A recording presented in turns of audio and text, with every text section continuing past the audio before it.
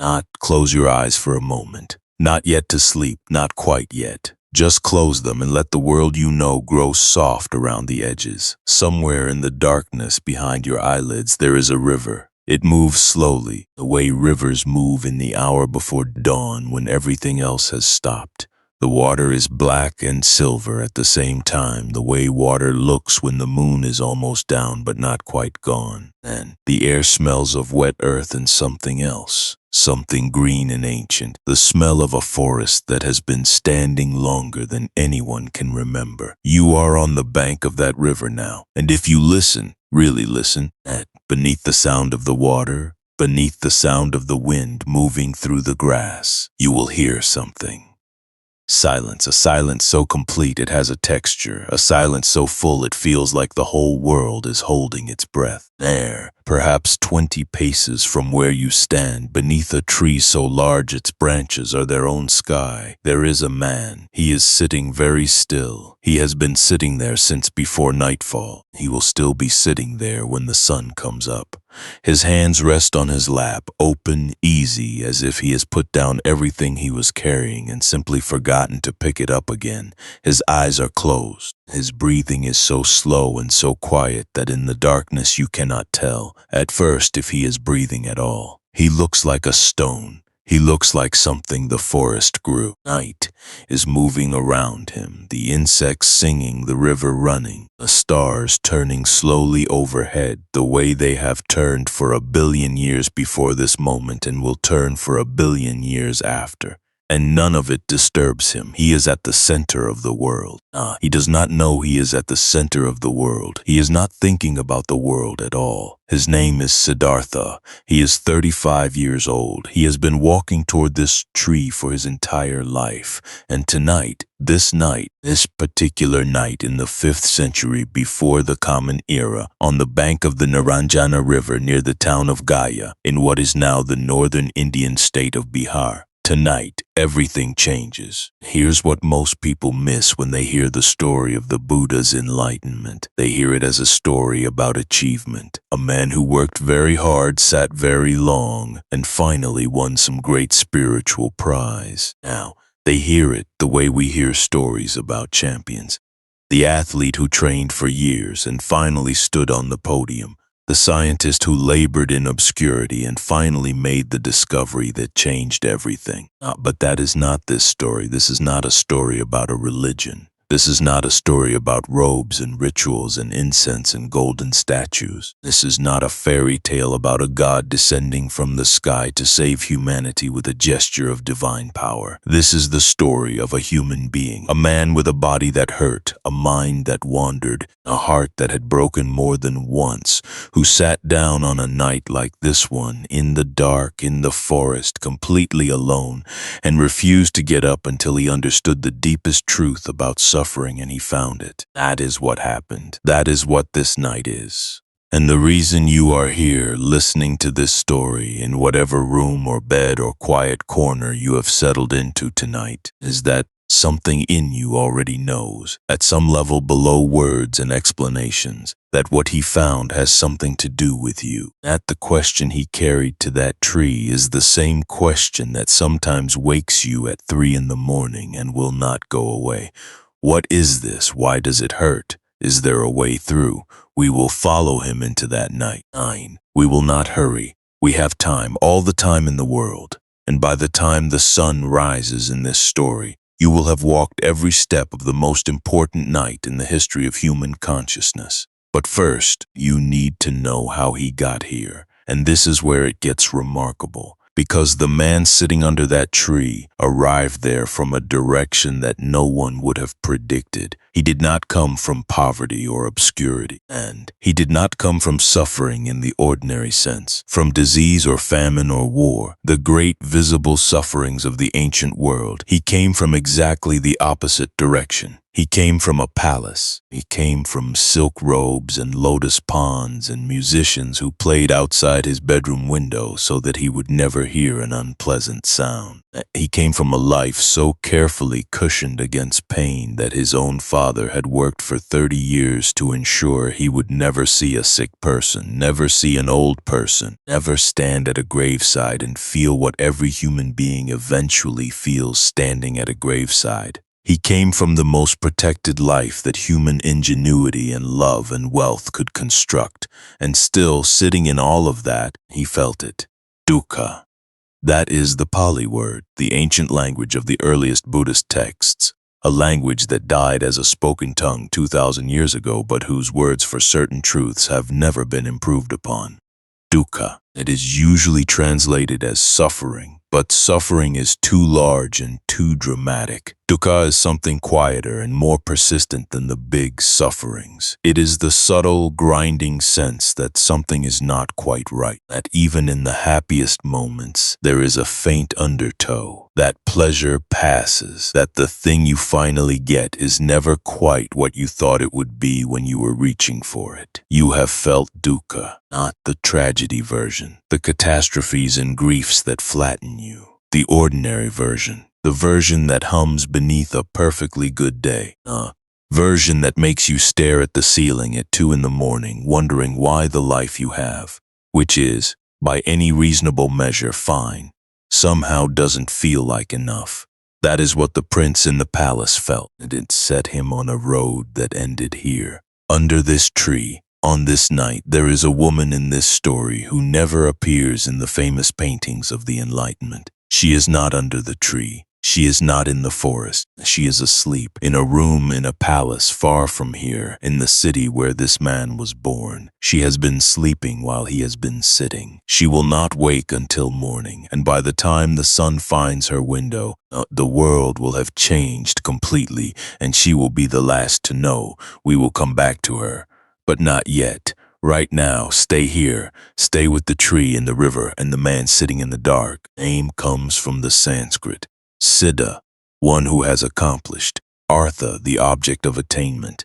Siddhartha, he who has accomplished his aim. His father gave him this name before he knew what the name would mean. Before the prophecy, before the long years of preparation and struggle and letting go, before this night, a name that was a hope, not yet a fact.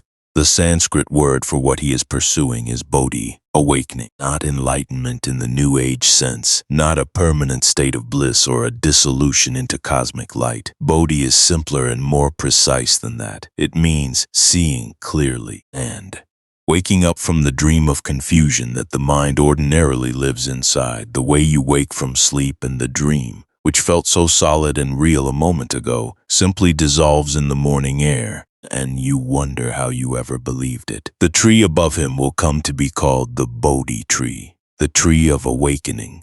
Not because the tree did anything, but because of what happened under it, on this night, with this man, this particular darkness. The tree is still there, by the way. Not the same tree. Trees do not live 2,600 years, but rooted in the same ground, descended from cuttings taken from the original by devoted hands across 25 centuries. There is a tree in Bodh Gaya, India, that still spreads its branches over the place where he sat. Pilgrims come from every country on earth to sit beneath it.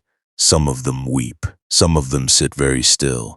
Some of them do not know exactly why they came, only that something in them needed to be in this particular place on this particular day, near the ground where something improbable became true. This is the moment everything changes, not in the history books, not in some abstract sense now. Tonight, in the hours we are about to spend together, walking backward and forward through the story of how a human being, your kind, bone and blood and breath, no, a person who got hungry and cold and lonely and afraid, just like you, discovered the end of suffering, and now the ground moves, because to understand what happened under that tree, you cannot start under the tree. You have to start at the beginning, the real beginning. The morning a child was born in a garden, and a very old man wept at the sight of him, and a king made a decision that would take 30 years to unravel. Let's go back. The air smells of rain on warm stone. The sal trees are in bloom. And in a garden called Lumbini, somewhere between what is now Nepal and northern India, a woman reaches up to hold a branch, and a child arrives into the world. And the date, as best as scholars can calculate, is somewhere in the 5th century before the Common Era. The woman's name is Mayadavi. The child will change everything. And Mayadavi herself, this is the first grief of the story, the grief underneath all the rest, will not live to see any of it. She will be dead in 7 days. But we are getting ahead of ourselves. The river is still running. The man is still sitting. The night is still young. Stay with him. We have a long way to go before the dawn. You left him there, sitting in the dark, but to understand that night, to really understand what it cost and what it meant, and why a man would sit down on bare ground in a forest and refuse to move until the deepest truth of existence revealed itself. You have to go back through the years, back past the rivers and the roads and the 5 long years of near starvation in the forest, back past the teachers and the companions and the slow dismantling of everything he thought he was, back past the night he rode out through the palace gates and did not look back. Back to the beginning, back to a garden. The sal trees are in full flower, that detail matters. The texts are specific about it, the way true memories are specific about small things. Not just a garden and not just a forest, sal trees in bloom. The flowers are cream-colored and heavy, and in the warm air of the Himalayan foothills in spring, they release a fragrance that carries for a long distance. It is the kind of morning that makes you believe briefly that the world is entirely good. The garden is called Lumbini. It sits in the low foothills below the Himalayan range in what is now the country of Nepal, very near the border with northern India. A woman is walking through it. Her name is Mayadevi, and she is the queen of a small but prosperous republic called the Shakya clan, a people known for their pride, their independence, and their somewhat fierce conviction that their lineage was as noble as anyone's in the subcontinent. Mayadavi is on her way home. She had been visiting her parents, as was the custom. A woman of high birth traveled to her family's home to give birth to her first child, so that the child would be born in the presence of her people. And now the time has come. Now she reaches up. The texts say she reached up to hold the branch of a sal tree, and the child arrives. His name will be Siddhartha. And now here is the first thing in this story that stops you if you pay attention to it. The first of many moments where the ordinary and the extraordinary stand right next to each other, and you are not sure where one ends and the other begins. 7 days after the birth, Mayadavi dies. 7 days. The child she carried for 9 months. The child who would change the course of human history. Child whose birth she had traveled to her parents' home to celebrate in the traditional way. She lives exactly 7 days past his arrival into the world, and then she is gone. The texts do not dwell on this, mention it almost in passing, the way you might mention the weather on a day when something more important happened. But let that land for a moment. Let yourself feel what that means. Not in the abstract, not as a historical footnote, but as a thing that happened to a real woman and a real child and a real family who stood around a bed and could not stop it. He never knew her, not in any waking memory. He was 7 days old when she died. He would be raised by her sister, her younger sister, Mahapajapati, who stepped into the enormous absence Mayadavi left behind and filled it with her own love so completely that Siddhartha would grow up calling her mother and meaning it. Mahapajapati, remember that name. She will appear again much later in this story, in a way that no one predicted, least of all her. But that is for later. For now, she is a young woman picking up a child who is not her child and pressing him against her chest, and deciding, without deciding, the way you do not decide to breathe, that she will love him as if he came from her own body.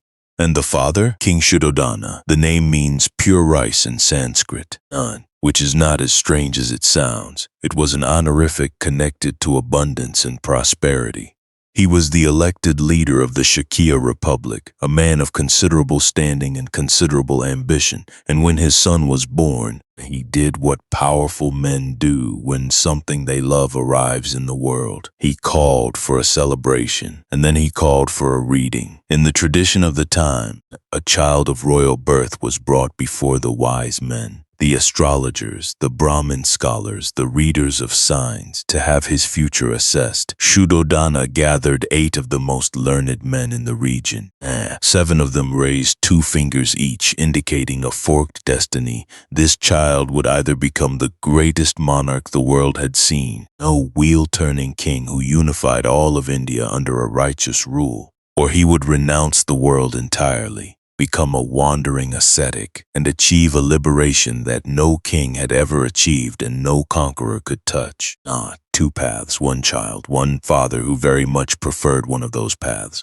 But it was the 8th man, the one who raised only 1 finger, only 1 path, only 1 possible outcome, who has stayed in the memory of this story for 2,600 years. His name was Asita. He was old, very old. A way certain people become old when they have spent their entire lives paying attention to the right things. He lived in the mountains as a hermit, but he heard. The texts say he heard by supernatural means, though perhaps what they mean is simply the way news of extraordinary things travels faster than ordinary news. He heard about the birth and came down from the mountains to see for himself. They brought the child to him, and Asita, the old man from the mountains who had raised only 1 finger, who had said there was only 1 destiny for this child. Asita looked at the infant in his arms and began to cry. Pay attention to this. Not a tear or two, not the mild sentiment of an old man moved by a beautiful baby. He wept. The texts say he wept openly, the way people weep at funerals. And the people watching were alarmed.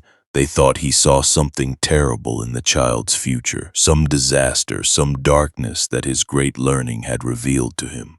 Shuddhodana stepped forward and asked, "Why are you weeping? What do you see?" And Asita wiped his eyes and said something that has echoed across 25 centuries. He said, "I am not weeping for the child. The child is extraordinary beyond all measure.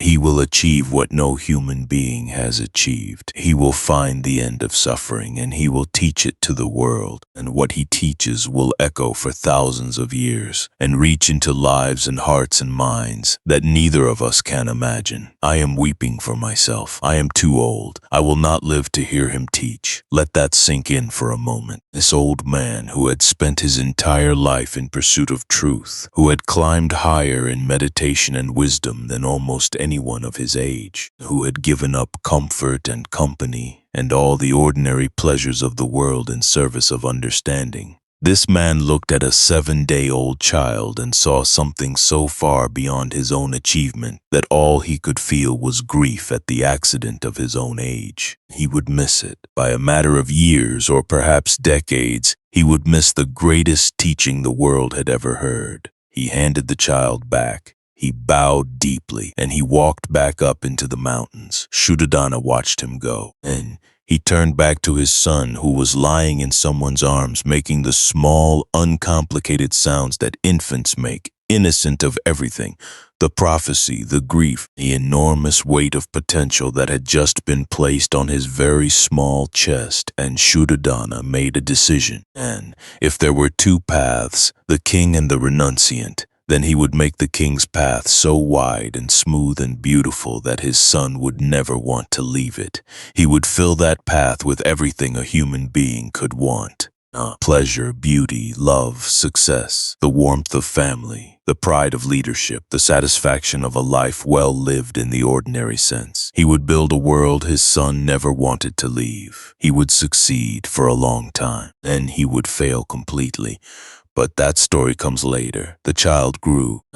Here's the part nobody tells you about the early years of Siddhartha's life, the part that tends to get skipped over in the rush to get to the great departure and the tree and the enlightenment. The early years were, by almost every ordinary measure, truly good. Not just comfortable, truly good. He was bright and curious and kind in a way that was not taught to him but seemed to be simply who he was. He had friends. He had the deep affection of Mahapajapati, who loved him with the fierce, complete love of a woman who had chosen rather than merely received her devotion.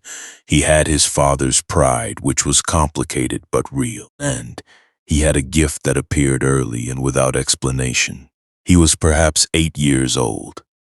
The texts are not precise about the age, only about the event, when his father took him to the annual plowing festival, and the festival of Vapa it was called, the ceremony that opened the agricultural year with ritual plowing and music, and the whole community gathered on a hillside in the spring sunlight. And at some point during the festival, while everyone else was watching the ceremony, the young Siddhartha sat down alone under a rose apple tree at the edge of the field. He was not running away. He was not being difficult, and something simply drew him to sit down and be still. And sitting there, watching his breath, watching the play of sunlight through the leaves, he fell, without instruction, without technique, without even knowing what was happening to him, into a state of deep, clear, peaceful awareness, a jhana, Pali word for a specific state of meditative absorption, a gathering of the mind so complete that the ordinary chatter of thought grows quiet, and what remains is alert and bright and utterly at ease. He had not been taught this. He simply found it. His father found him there later, sitting under that tree, utterly still, and stopped. The look on his father's face in that moment, when he saw what his son had done without trying. The texts say Shuddhadana bowed. In spite of himself, in spite of everything, he saw something in his son in that moment that was beyond his power to protect or contain, and something in him knew it, and then he straightened up and went back to building the walls. But something deeper is happening underneath this. That moment under the rose apple tree, that spontaneous, untaught, completely natural falling into stillness, would become one of the most important memories of Siddhartha's life. Years later, during the long and difficult years of his search, when everything he tried seemed to lead to a dead end, when his teachers had taught him everything they knew and it wasn't enough, when his body was failing from years of extreme fasting and he could no longer remember what it felt like to be at ease, he would remember that afternoon under the rose apple tree. He would remember that the stillness he was searching for was not something foreign. Not something he needed to build from scratch through enormous effort and discipline and pain. It was something he had already touched once as a child, without even trying, and that memory would save him. But we are not there yet. There is one more figure you need to know before we can follow the young prince into the years that change everything. His name was Channa. He was the royal charioteer. Not a warrior, not a scholar, not a priest. A driver. A man whose job was to hold horses steady and navigate roads and bring important people safely from one place to another. He was probably a few years older than Siddhartha. He had been in the royal service since he was a young man. And through some combination of proximity and temperament and the mysterious way that certain people simply fit together, he and the prince had become not close friends in the way equals are friends, the boundary of rank always present, but something like that, something genuine. Anna would drive the chariot on the nights that broke Siddhartha's life open. He would be the one holding the reins when everything changed, and he would carry the image of those nights with him for the rest of his life. The way certain images stay with you, not because you want them to, but because you were there when they happened and there is nothing to be done about that. He would carry that image, the prince's face in the torchlight as they moved through the city streets, for the rest of his life. We will return to him, but not yet. Here's where the story turns, because Shuddhadana built his world and filled it with beauty, and for a long time it worked. The prince grew and studied and excelled at everything set before him, and took a wife whom he loved, a woman named Yashodhara, whose name means she who holds glory, and who was, by every account, extraordinary in her own right, intelligent, kind, clear-sighted, match for the man she married in every sense that mattered. And one morning, lying in the palace he had been born in, surrounded by every comfort his father's love and wealth could provide, Siddhartha woke up. Not from sleep, not from the dream his father had so carefully constructed. And the morning he woke up, the gates of the palace were still closed. The walls were still high. Musicians were still playing their gentle music outside his window so that he would never hear an unpleasant sound. But something had shifted. Something had broken open. The sal trees were flowering again. It was spring, the same season he had been born in, the same season that seems to return in this story at every crucial turning. And the fragrance came through the window, and the light came through the window. And the prince lay in his silk robes in his comfortable bed, and felt underneath all of it, quiet and persistent and impossible to ignore, the hum of dukkha. That feeling that something is not quite right. That feeling that all of this, the beauty, the comfort, the love, all of it real, none of it enough, is impermanent in a way that cannot be fixed by adding more of it. That feeling that somewhere, just beyond the high walls his father built, there is a question, and the question is not going away. Soon he will ask his charioteer to drive him through the gates. Soon everything Shuddhadana built will begin to come apart. Not yet. Tonight we rest here, in the palace, with its lotus ponds and its lamplight, with the infant Siddhartha under the rose apple tree falling into stillness without knowing what it was. Not with old Asita walking back up the mountain weeping for himself, with Mayadevi, who never got to see what her 7-day-old child became, and with Mahapajapati, who picked him up and loved him anyway. The river is still running, man under the tree is still sitting, and the night is still young. Asita wept, and Shuddhadana heard the prophecy and made a decision. He would build a world his son never wanted to leave. And you have to understand what that decision looked like in practice, not as a metaphor, not as a symbol of spiritual obstruction, but as a real thing that a real father did with real resources and real love. No. Because Shuddhadana was not a monster in this story. He was not a tyrant keeping his son imprisoned for selfish reasons. He was a father who had lost his wife 7 days after his son arrived, who was holding an infant and a prophecy and a grief so large it had no bottom, and who channeled all of it into the only action that felt like control. He built 3 palaces, one for the hot season, one for the cold, and one for the rains. Each one designed, architected, landscaped, staffed, provisioned, to provide every pleasure that the physical world could offer a young man of extraordinary gifts and sensitivity. A hot season palace had deep pools and constant shade and musicians who played in the covered walkways so the air itself seemed to carry music. The cold season palace had fires and rich textiles and the warmth of company carefully selected to be stimulating but never troubling. The rainy season palace was built high above the level of the flooding that came every monsoon, and so that even the drama of the rains became a spectacle of beauty rather than a fact of suffering. The servants were instructed, and this detail is in the texts. This is not embellishment. To remove from Siddhartha's path any person who was visibly old, or visibly ill, or visibly suffering in any way that might raise questions the king did not want his son to ask. Think about that for a moment. Shuddhadana was not trying to lie to his son. He was trying to delay a truth he could not stop. He was trying to buy time for his son to fall in love with the world as it appeared to be, so that when the world as it actually was eventually revealed itself, the weight of everything Siddhartha stood to lose would be too great to abandon.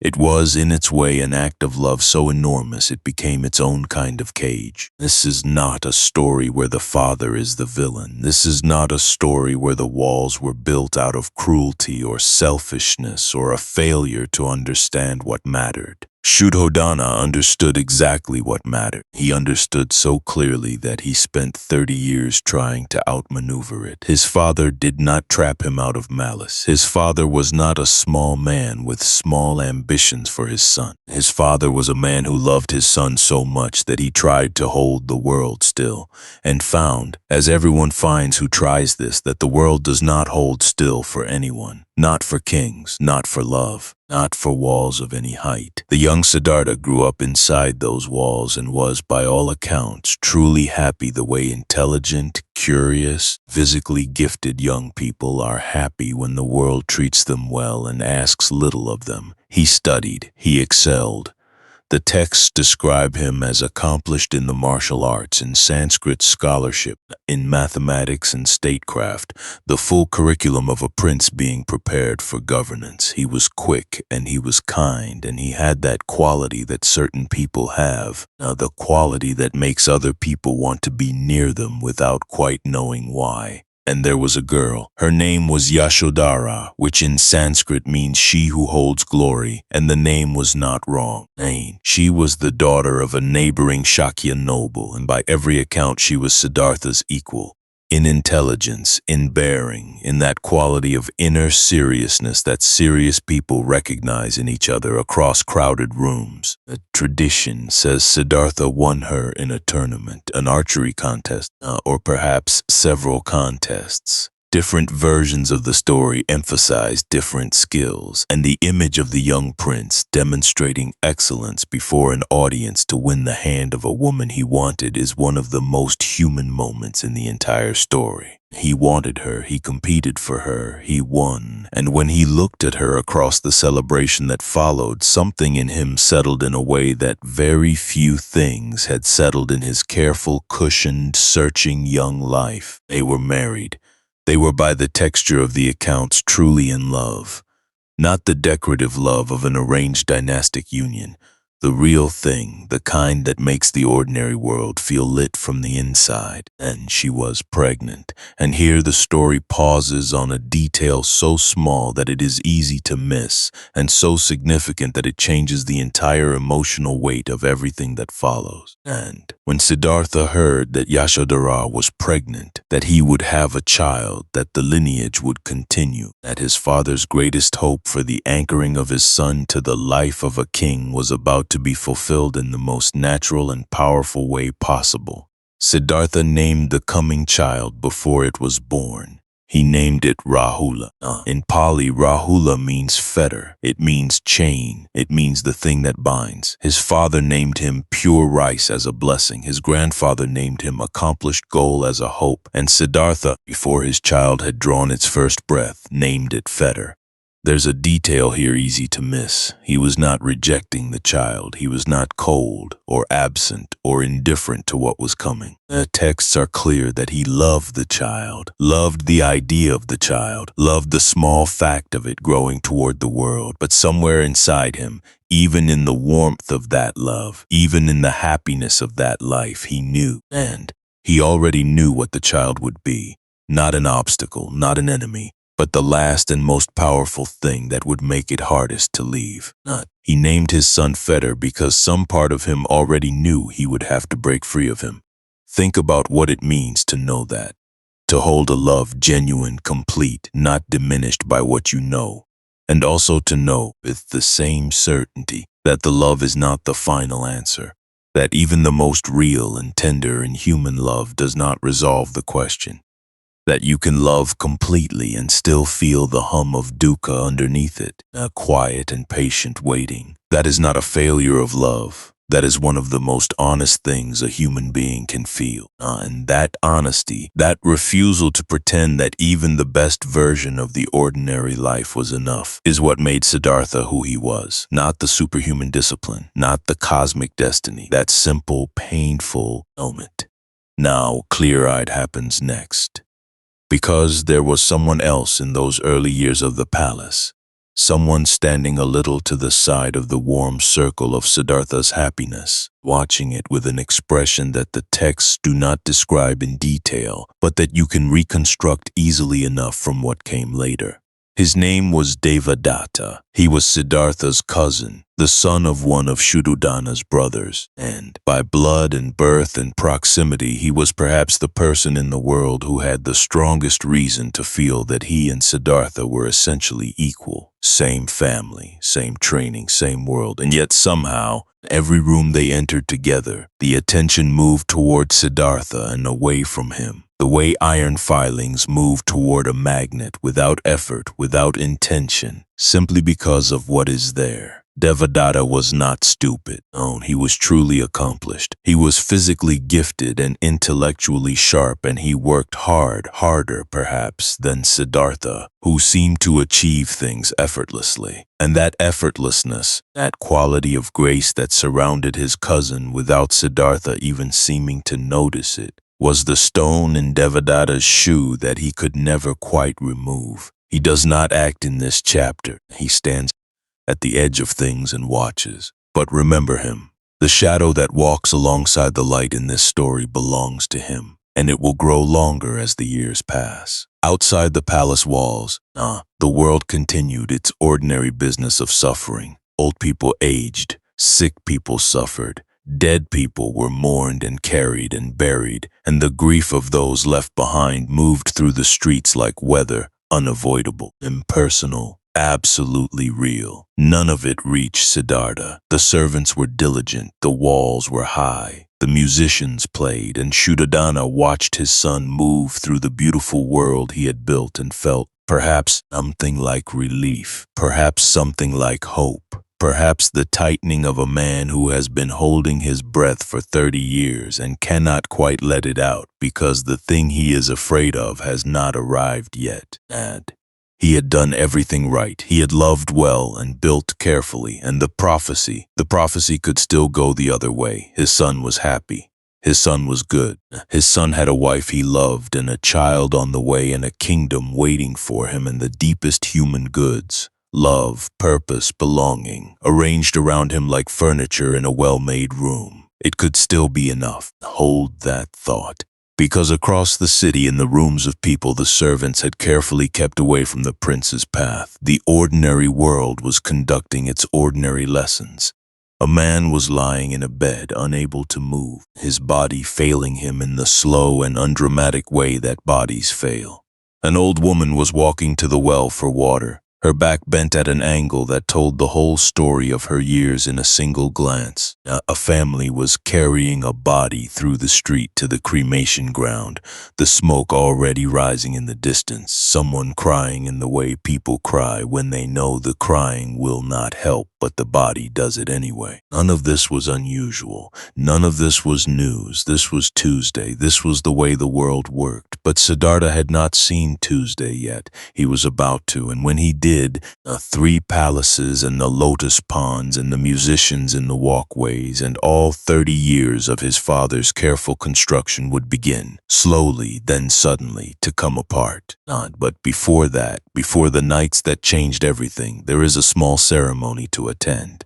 A child arrives into the world in the warm rooms of the hot season palace, while the musicians play outside and the servants move quietly through the corridors and the king paces somewhere in another wing of the building, waiting for news. Rahula is born. Siddhartha holds him. This detail is not in all versions of the story, but it is in the ones that feel truest, that he held his son, that the child was real and warm and small in the particular way that new humans are small.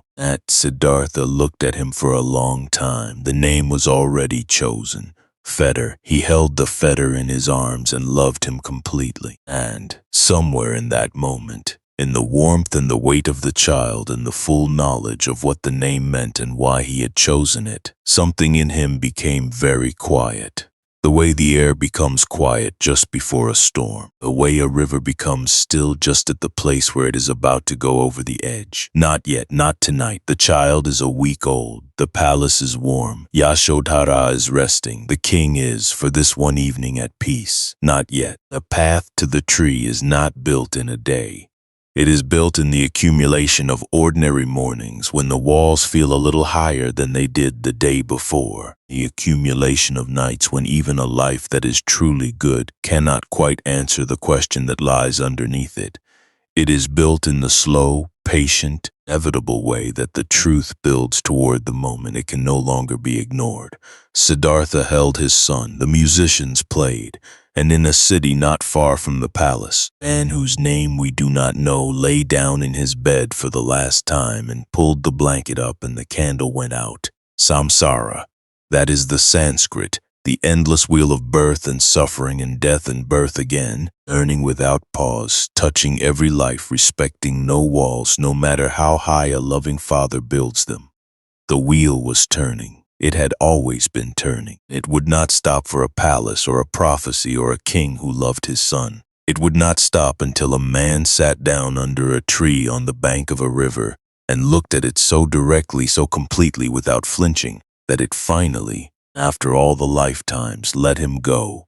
That night is still ahead of us. But the road to it runs through this room with this child, with this father who already knows the name means fetter and holds him anyway. Rest here for a moment. We have a long way to go. And if you are still awake, still following this story through the dark, then you already know something about that quality. The quality of staying with the hard thing. The quality of not looking away. The Buddha would recognize that in you. He recognized that in everyone who was willing to look. If you are enjoying this story and you feel it moving something in you, share it with someone who might need it tonight. There are people in your life who are lying awake right now with the same questions Siddhartha carried. You never know which words will reach them. Sometimes a story is exactly what the right person needs at the right hour. For now, we keep going. The chariot is waiting, the gates are about to open, and the world Shuddhodana built so carefully with so much love for so many years is about to show its first crack. But you cannot hold the world still, no matter how high the walls. It happened in 4 nights. Not one dramatic revelation, not a single thunderclap of understanding. 4 separate nights, spread across what the texts suggest was a period of weeks or months, each one opening something in Siddhartha that the previous night had only begun to crack. 4 rides through the city in the chariot with Channa holding the reins. Not 4 encounters with the world his father had spent 30 years hiding from him. The first night he saw an old man. That sounds small. You have seen old people your entire life. You have seen them at bus stops and in hospital corridors and at family gatherings, and you registered them and moved on because old age is ordinary. It is background. It is Tuesday. But Siddhartha had never seen it, not once. Not a single bent back or clouded eye or hand that trembled when it reached for something. The servants had been diligent for 30 years. The walls had been high. And so when the chariot rounded a corner in the city street and the torchlight fell on an old man, truly old, the kind of old that leaves nothing hidden, the kind of old that says plainly and without apology, "This is what time does to a body." Siddhartha stopped. He asked Channa, "What is wrong with that man?" And Channa, caught between the truth and 30 years of instruction to keep the truth from the prince, told him, "Nothing is wrong with him. He is old. This is what happens to everyone, to you, to me, to everyone you have ever loved. Time moves through the body like weather through a field, and this is what it leaves behind." Siddhartha did not speak for the rest of that ride. He went back to the palace. He sat in his room, and the musicians played outside his window, and the lamplight was warm, and his life was exactly as comfortable as it had always been, and none of it touched the thing that had opened in him at the sight of that old man on the street. The second night, he saw a sick man lying by the side of the road, his body folded inward by fever or disease. The texts do not specify, his face a map of pain, not the clean, dramatic pain of a wound that heals, the grinding, inglorious, ordinary pain of a body that is failing in the slow way that bodies fail, with no particular dignity and no resolution in sight. Channa told him, "This is sickness. This too comes for everyone. There is no wall high enough to keep it out. There is no wealth that purchases immunity. Siddhartha rode home in silence again. And if you had been watching him in those days, if you had seen him moving through the palace corridors, sitting at dinner with Yashodhara, holding Rahula in the brief and precious way that new fathers hold infants, you might not have seen anything different about him. He was present, he was kind. He was, by all appearances, still the same man. But something had broken open. Something that cannot be unbroken once it starts. Here's the part that still puzzles scholars. Why these sights? Siddhartha was intelligent and educated. He was not naive in the way of a sheltered child who has never heard that people age and get sick and die. He knew the facts. He had learned them as abstractions, a way you learn the facts of the world in a classroom, as information that exists at a safe distance from the center of you. What he had never done was see them, really see them face to face in the torchlight, with a real human body in front of him, carrying the full unmistakable weight of its reality. There is a difference, an enormous difference between knowing something and seeing it, between understanding a truth as a concept and feeling it land in the body, in the chest, in the place below words where the things you cannot argue yourself out of live. He saw it, and it landed. The third night he saw a corpse, a funeral procession moving through the streets, mourners, a body wrapped in white cloth being carried to the cremation ground. The smoke already visible in the distance. Someone in the procession crying in the way people cry when the crying is not a performance but a helpless, involuntary response to the fact of absence, that the person who was there yesterday is not there today and will not be there tomorrow, and the world has not paused to acknowledge this at all. Chana told him, this is death. This comes for everyone without exception, for kings and beggars alike, for the young and the old, for the healthy and the sick, for the people who have done everything right and the people who have done everything wrong. It comes. It always comes. Siddhartha rode home. He did not sleep that night. He sat in the darkness of his room with the musicians playing outside his window. That detail returns here because his father's love did not pause for what was happening inside his son. The musicians played on, oblivious, and he sat with the weight of 3 nights pressing on him and felt the ground of his life become uncertain in a way that could not be unfelt. He was going to grow old. He was going to get sick. He was going to die. Yashodhara was going to die. Rahula was going to die. His father, already aging, already closer to the end than the beginning, was going to die. Everyone he had ever loved, everyone in the palace, everyone in the city, every person he had ever passed in a corridor or shared a meal with or smiled at across a courtyard, all of them were carrying this inside their ordinary days, moving through their ordinary lives with this fact, this enormous, unavoidable, completely undeniable fact, sitting at the center of everything, and mostly everyone just didn't look at it. They looked away. They stayed busy. They kept the walls high and the musicians playing and arranged their lives so that the thing in the center of the room was always just out of direct sight. He understood now why his father had tried so hard, not because it was possible, but because the alternative, looking directly at it, was so difficult that a loving father would spend 30 years in everything he had to prevent his son from having to do it. And the 4th night came, and everything changed direction, because on the 4th night he saw something different, not suffering, its opposite, or rather, not its opposite, because what he saw was not happiness. It was something quieter and more stable than happiness. Something that did not depend on circumstances being favorable or pain being absent. He saw a wandering monk, a man in simple robes, walking through the city street with a begging bowl and an unhurried step and an expression on his face that Siddhartha had never seen before and could not immediately name. Not bliss, not the performed serenity of someone trying to appear peaceful. Something realer than that. Something that came from the inside out rather than the outside in. The monk was not young. He was not rich. He almost certainly had less comfort in a week than Siddhartha had in a single afternoon. And yet there was something in his face that the three palaces, with all their beauty and warmth and carefully arranged pleasures, never managed to put in Siddhartha's face. He asked Channa, "Who is that man?" And Channa told him, "A renunciant. A man who has left the householder's life to search for the end of suffering. There are many of them, wandering teachers and seekers, moving through the land, owning nothing, belonging nowhere, asking the question that your life has been arranged so carefully not to ask." And Siddhartha watched the monk until he disappeared around a corner, and something in him, something that had been building for 30 years, for 4 nights, for the entire length of the careful, beautiful cage his father had built, made a decision. Stay with me, because what happened next is not what you might expect from a story about a great spiritual departure. It was not clean. It was not triumphant.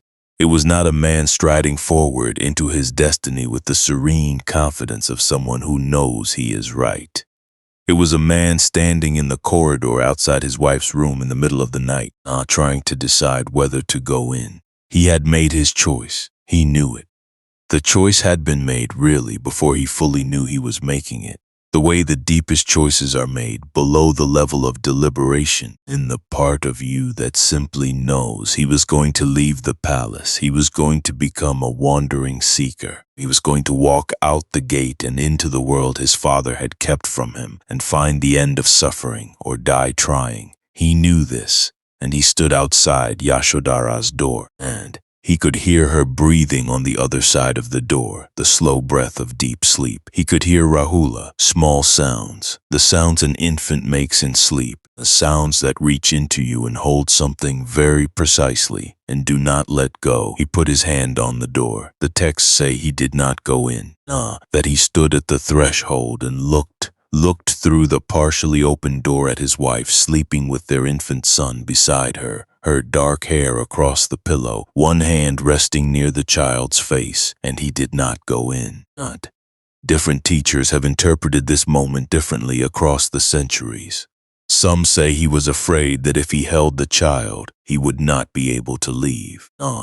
Some say he made a silent promise that if he found what he was looking for, he would return and teach it to her first. Some say he simply stood there until the standing was finished and then turned and walked away. What none of them say is that it was easy. There is one more thing.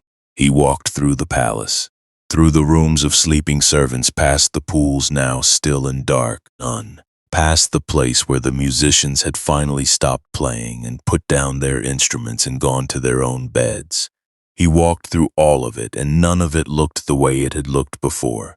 Not worse, not ugly, not something to be escaped, just impermanent, just the beautiful temporary arrangement of things that do not last. He found Channa. He told him to saddle the horse. Channa did not argue. He had been watching Siddhartha for months, through 4 nights of changing, and he understood the way people who love someone understand things before those things are spoken. What was happening? He saddled Kanthaka, the white horse, the royal horse, a horse that had carried the prince on every journey of his known life, and they rode. The texts say the gods held the gate open without a sound, so the sleeping palace would not be woken by the creak of the hinges. Perhaps none. Or perhaps the gate was simply unlocked and opened quietly, and the city was quiet at that hour, and no one happened to be watching. Either way, the gate opened, and Siddhartha rode through it. Channa rode beside him, out of the city, to the bank of the river that marked the boundary of the Shakya Republic. And at the river, Siddhartha stopped. He dismounted. He took the jeweled ornaments from his hair and his wrists and handed them to Channa. He drew a knife, the knife a warrior always carried, and cut his own hair. The long, princely hair fell into the grass by the river. He gave Channa the horse, and he said something to him. The texts preserve different versions, but the core of it is the same. Go back. Tell my father that I am well. Tell him I am not leaving out of grief or anger or ingratitude. Tell him I am leaving because I must. Tell him that if I find what I am looking for, I will return. Channa wept. The texts say that Kanthaka also wept, that the horse made sounds of grief that carried across the water, and Whether you take that literally or as a way of saying that even the animal understood the weight of the moment, the feeling is the same. Nana stood on the bank of the river with the horse and the jewels and the cut hair and watched the man who had been his prince walk away into the darkness on the other side. He would carry that image for the rest of his life. And the back of the man growing smaller in the dark, the river between them running on without pause. The first light beginning, maybe, just barely at the edge of the sky to the east, or maybe not yet. Maybe it was still full dark, and Siddhartha disappeared into it completely, and Channa stood there until there was nothing left to see.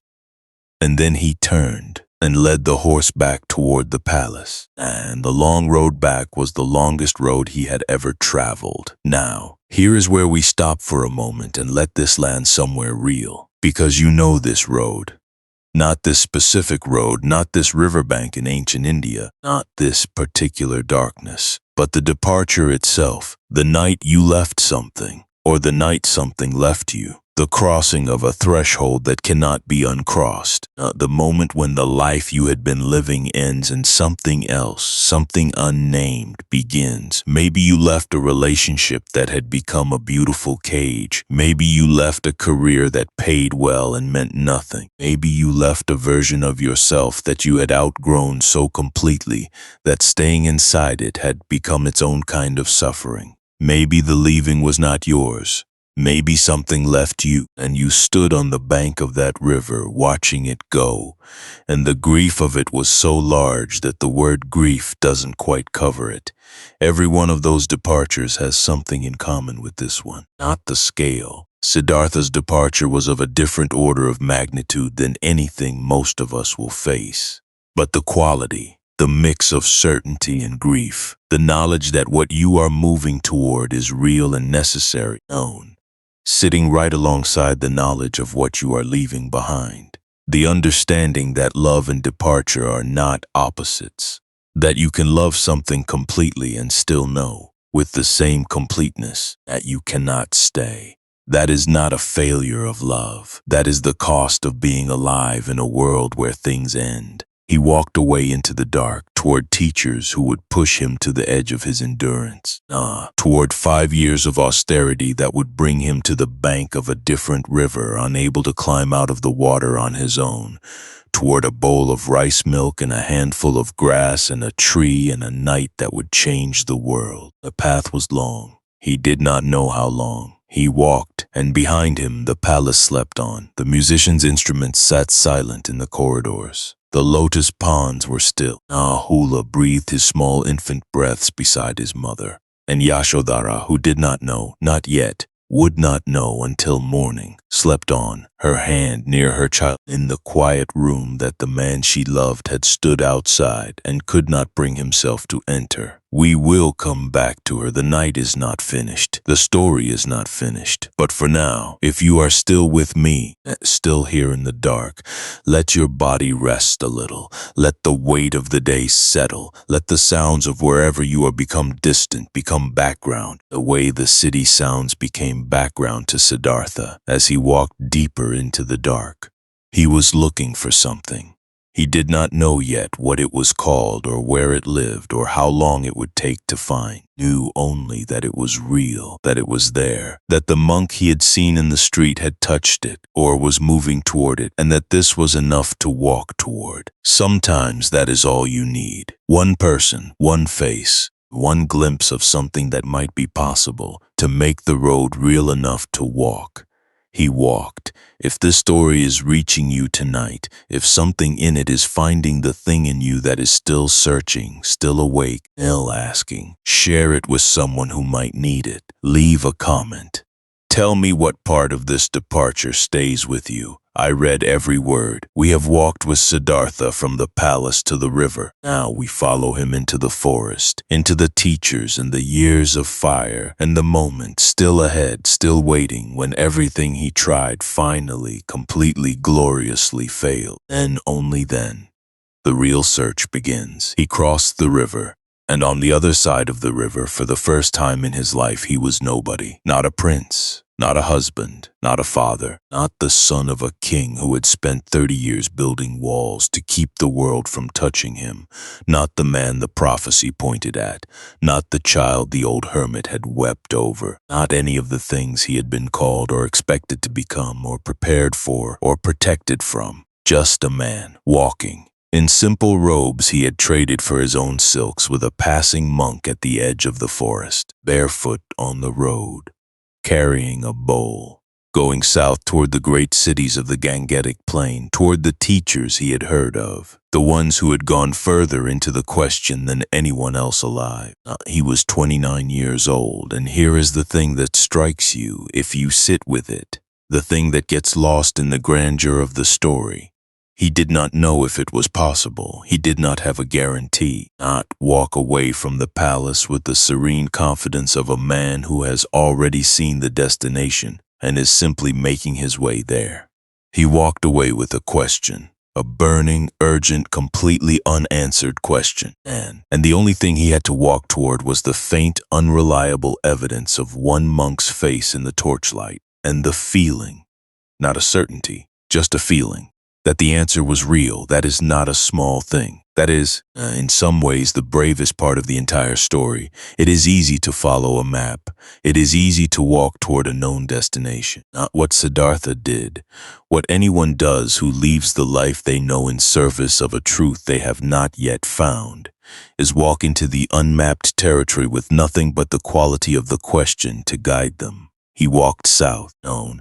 The road from the Shakya lands down through the Gangetic Plain was well traveled in the 5th century before the Common Era, a world alive with merchants and pilgrims and wandering seekers, with small kingdoms and large ones pressing against each other, with a spiritual ferment that has few parallels in human history. And this was the age of the great Shramanas, the wandering ascetics and questioners who had stepped outside the Brahmanic order and were asking, in 100 different ways, the same questions Siddhartha was carrying. What is suffering? Where does it come from? Can it end?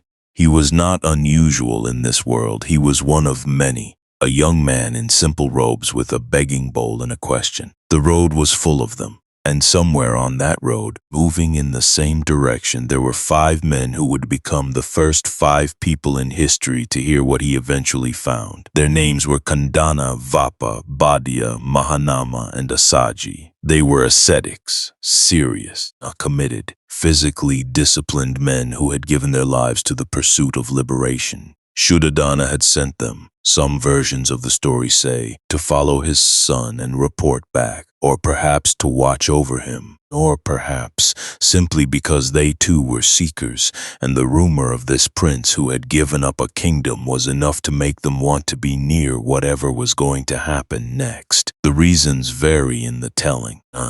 What does not vary is that these 5 men attached themselves to Siddhartha and followed him.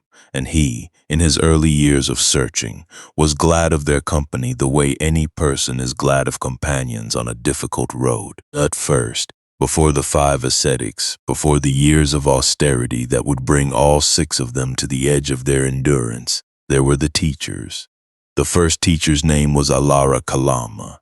He was already famous. At his ashram, somewhere in the region near the city of Vesali, drew students from across the subcontinent. Men and women who had heard that he had gone further into the territory of the mind than almost anyone alive, who taught a system of meditation so refined and so deep that his most advanced students moved through states of consciousness that most people never approach in an entire lifetime. Siddhartha arrived at his ashram as an unknown young man with a begging bowl and introduced himself and asked to be taught. Alara Kalama looked at him and agreed.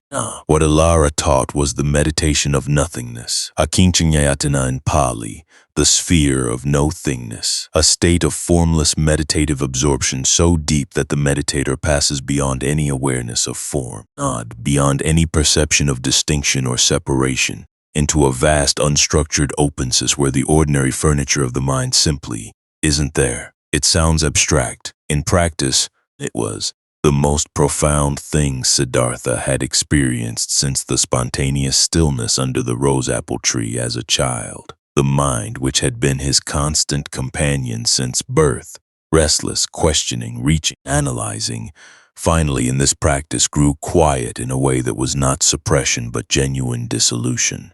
The chatter stopped. The grasping stopped. What remained was spacious and clear and utterly still. Here's what most people miss about this part of the story. He mastered it completely, not after years of struggle, in weeks. Alara Gautama, who had spent decades developing this system and had perhaps a handful of students who had ever reached its highest levels, recognized almost immediately that the young man who had walked in from the road had an aptitude for this practice that was, in his experience, without parallel. He called Siddhartha to him and said, "You have equaled me. You understand this teaching as fully as I do.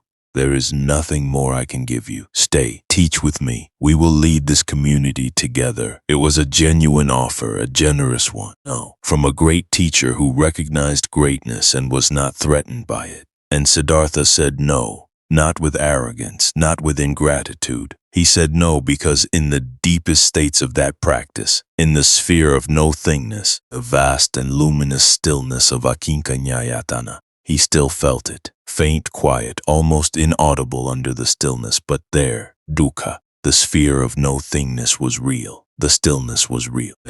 The peace was profound and genuine and far beyond anything the three palaces had ever provided. But when the meditation ended, when he came back, as meditators always come back, the ordinary texture of waking experience, the dukkha was still there, the hunger was still there, the sense of something unresolved, something not yet fully seen, something that this practice approached but did not reach. He thanked Alara Gautama with deep respect, and he walked back out onto the road, and this is where it gets remarkable, because he did not give up, and he did not conclude, as a less determined person might have concluded, that if one of the greatest meditation teachers of the age had not given him what he was looking for, then perhaps what he was looking for did not exist. He concluded the opposite. He concluded that Alara Gautama had gone very far in one direction, and that the thing he was searching for must be in a direction not yet fully explored. He walked on. The second teacher's name was Uddaka Buddha. If Alara Gautama had taken the mind deep into formlessness, Uddaka Buddha had taken it one step further, into a state so refined and so subtle that it barely qualified as a state at all. Nevasanyana sanyayatana, the sphere of neither perception nor non-perception, not quite conscious, not quite unconscious. The absolute edge of what the conditioned mind could reach, the place where experience becomes so attenuated that it is almost impossible to say whether anything is being experienced at all. Again, Siddhartha sat. Again he practiced. Again he moved through the levels of the teaching with a speed and a thoroughness that left his teacher quietly astonished. Again he reached the top, and again, in the absolute stillness of that most refined state, in the sphere of neither perception nor non-perception, he listened for the thing underneath, the hum, the dukkha. And it was still there, even here, even at the furthest edge of what conditioned consciousness could reach, still present, still unresolved, quiet as a whisper, but unmistakable. Uddaka Buddha made him the same offer Alara Gautama had made. Stay, teach, lead this community. Siddhartha said no. But before he left, and this is the detail that has stayed with me in this story, the detail that I want you to hold, Uddaka Buddha said something. He said something strange. The kind of thing a man says when he has gone as far as he can go and he knows it, and he can see, in the person standing in front of him, someone who might go further. He said, "The answer must be here somewhere. I can feel it, just beyond the edge of what I can reach. I have spent my life approaching it. But I cannot find the door," he said it simply, without bitterness, and with the clear-eyed honesty of a man who had given everything to the search and was not ashamed to say that everything was not enough. Keep this moment in mind. We will return to it, because years from now, many years from now, on the other side of everything that is about to happen, sitting under a tree on the bank of the Niranjana River in the deep stillness of the night, and Siddhartha will be moving through states of meditative depth that go beyond anything Udakaramaputa ever reached, and he will remember these words, and he will understand, finally, what his teacher was pointing at. Not the answer, not the direction, the finger pointing at the moon. So Siddhartha walked away from two of the greatest teachers of his age with two great teachings fully mastered, and the question still unanswered. And he went to the forest, and he tried something different. If stillness and refinement and the deepening of meditative absorption were not the answer, if the mind could be taken to the absolute edge of its conditioned reach and dukkha still be present, then perhaps the answer lay in the opposite direction. Not in going deeper into the mind, but in conquering the body. Not in stillness, but in fire. Tapas. That is the Sanskrit, the ascetic heat, the burning discipline of extreme self-denial. The theory behind it was ancient and widely held. The body was the prison of the spirit, and the way to free the spirit was to break the body's hold. Fast long enough, endure enough, strip away enough of the physical existence, and eventually the spirit would be liberated from the cage of flesh and appetite and mortality. It was a serious theory. It had serious practitioners. It was not the practice of fools or masochists. It was the considered methodology of some of the most intelligent and dedicated seekers of the age, and Siddhartha threw himself into it completely. He found the five ascetics, Kandana and the others, who had been following him, waiting to see which direction he would go, and together they went into the forest near the Niranjana river, and they sat down and they began. The years of tapas were long and they were hard, and they need not be described in graphic detail here, because this is not a story about suffering for its own sake. And what matters is not the specific austerities, the breath retention practices that left him unconscious, a fasting that reduced him to a body you would not have recognized as the prince who had ridden out through the palace gates. But what those years revealed. He went further into the austerities than anyone, and the five ascetics watched him with a mixture of awe and alarm. By the accounts in the Majjhima Nikaya, the middle-length discourses of the Pali Canon, where the Buddha himself later described these years in remarkable detail, he reached a point where he was eating one sesame seed a day, one grain of rice. His body, the texts say, became like a withered branch. He could feel his spine through the wall of his stomach. When he tried to touch his belly, his hand touched his back. He was dying. Not dramatically, not quickly, in the slow, quiet way that bodies die when they are given nothing to work with. A gradual dimming, a withdrawal, a shutting down of systems one by one. And still, underneath all of it, the question. Still, in the clarity of the extreme fast, a strange heightened awareness that comes sometimes when the body is stripped to almost nothing. Still the hum of dukkha. Still the sense of something not yet reached, not yet seen, not yet free. Pay attention to this. And because this is the moment, this is the exact moment when something that had been building since the rose apple tree finally arrives. Not the answer. Not yet.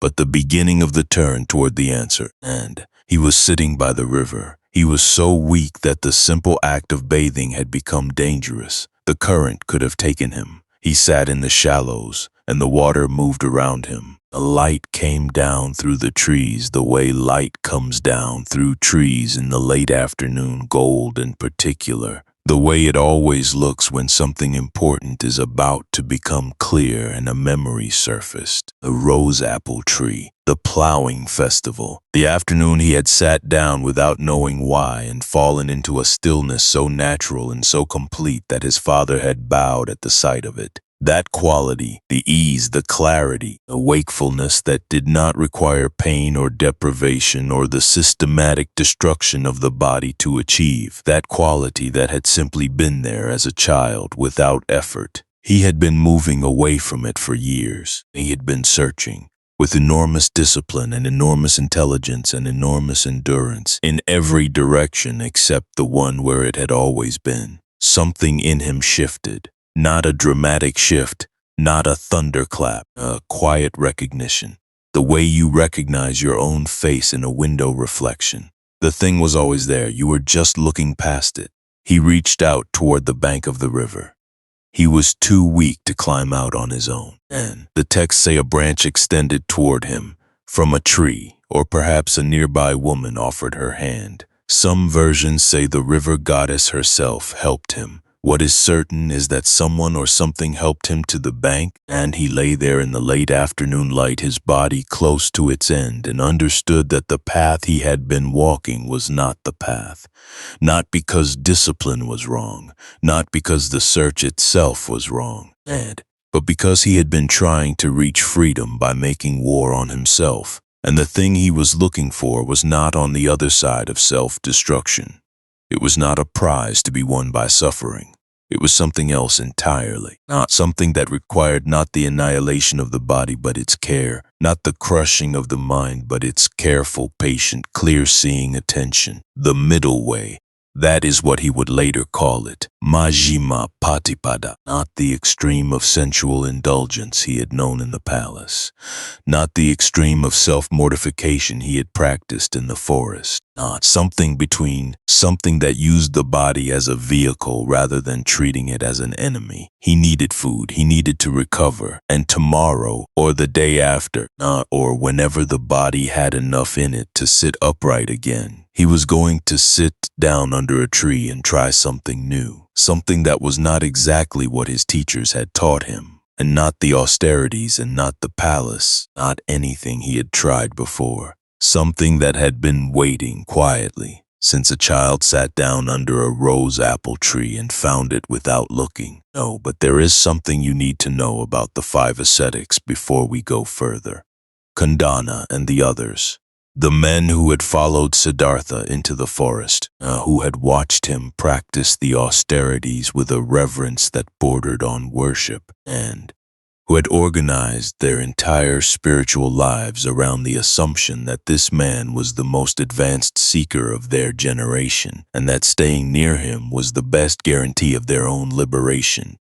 When Siddhartha reached out to the bank of the river and he accepted help, when he decided to eat, they saw this as failure. They saw it as weakness, as giving up, as the prince who had always had too much comfort finally cracking under the demands of the real path. They left him, and all 5. They gathered their robes and their bowls and their years of accumulated practice, and they walked away to Varanasi, to the deer park at Isipatana, away from the man they had followed who had, in their judgment, turned back. And Siddhartha, alone now on the bank of the river, weak and thin and without companions for the first time in years, watched them go. The Pali word is Kalyanamita, spiritual friend. The teaching that the company you keep on the path matters enormously, that the people who walk with you, who witness your practice, who hold the space of shared intention, are not a luxury but a genuine support for the deepest work of liberation. He had lost his Kalyanamita. He was alone, and somewhere not far from where he sat, less than a mile, according to some accounts, there was a tree. A large tree with deep roots and spreading branches, a tree that had been growing on that riverbank for longer than anyone could remember. A fig tree, the species called Ficus religiosa, the sacred fig, and he would be sitting under that tree tonight, and the night would be the longest and the shortest and the most important night of his life. But first, food, rest, the body ended, the vehicle prepared. Tonight, the river, the stars, the sound of water over stones, the quiet of a man who has tried everything he knows and failed and is not broken by the failure, who is in fact more clear than he has ever been, because the failure has burned away everything that was not essential, and what remains is the question, alone, clean and sharp as a blade. What is the nature of suffering? Where does it come from? Can it end? He lay on the bank of the river and looked up at the stars, and the stars did not answer him. But the night did not feel hopeless. That is the remarkable thing. After everything, after the teachers and the austerities and the 5 years and the 5 companions walking away, The night did not feel hopeless. It felt like the moment just before something breaks open. It felt like the last breath before the dawn. He left two of the greatest teachers of his age and went to be alone with fire. But before the forest, before the years of burning, there is one more encounter to place in your hands. One more figure who steps into this story at an unexpected angle, says something that matters, and then steps back to wait. A king. Not Siddhartha's father with his palaces and his 30 years of careful construction.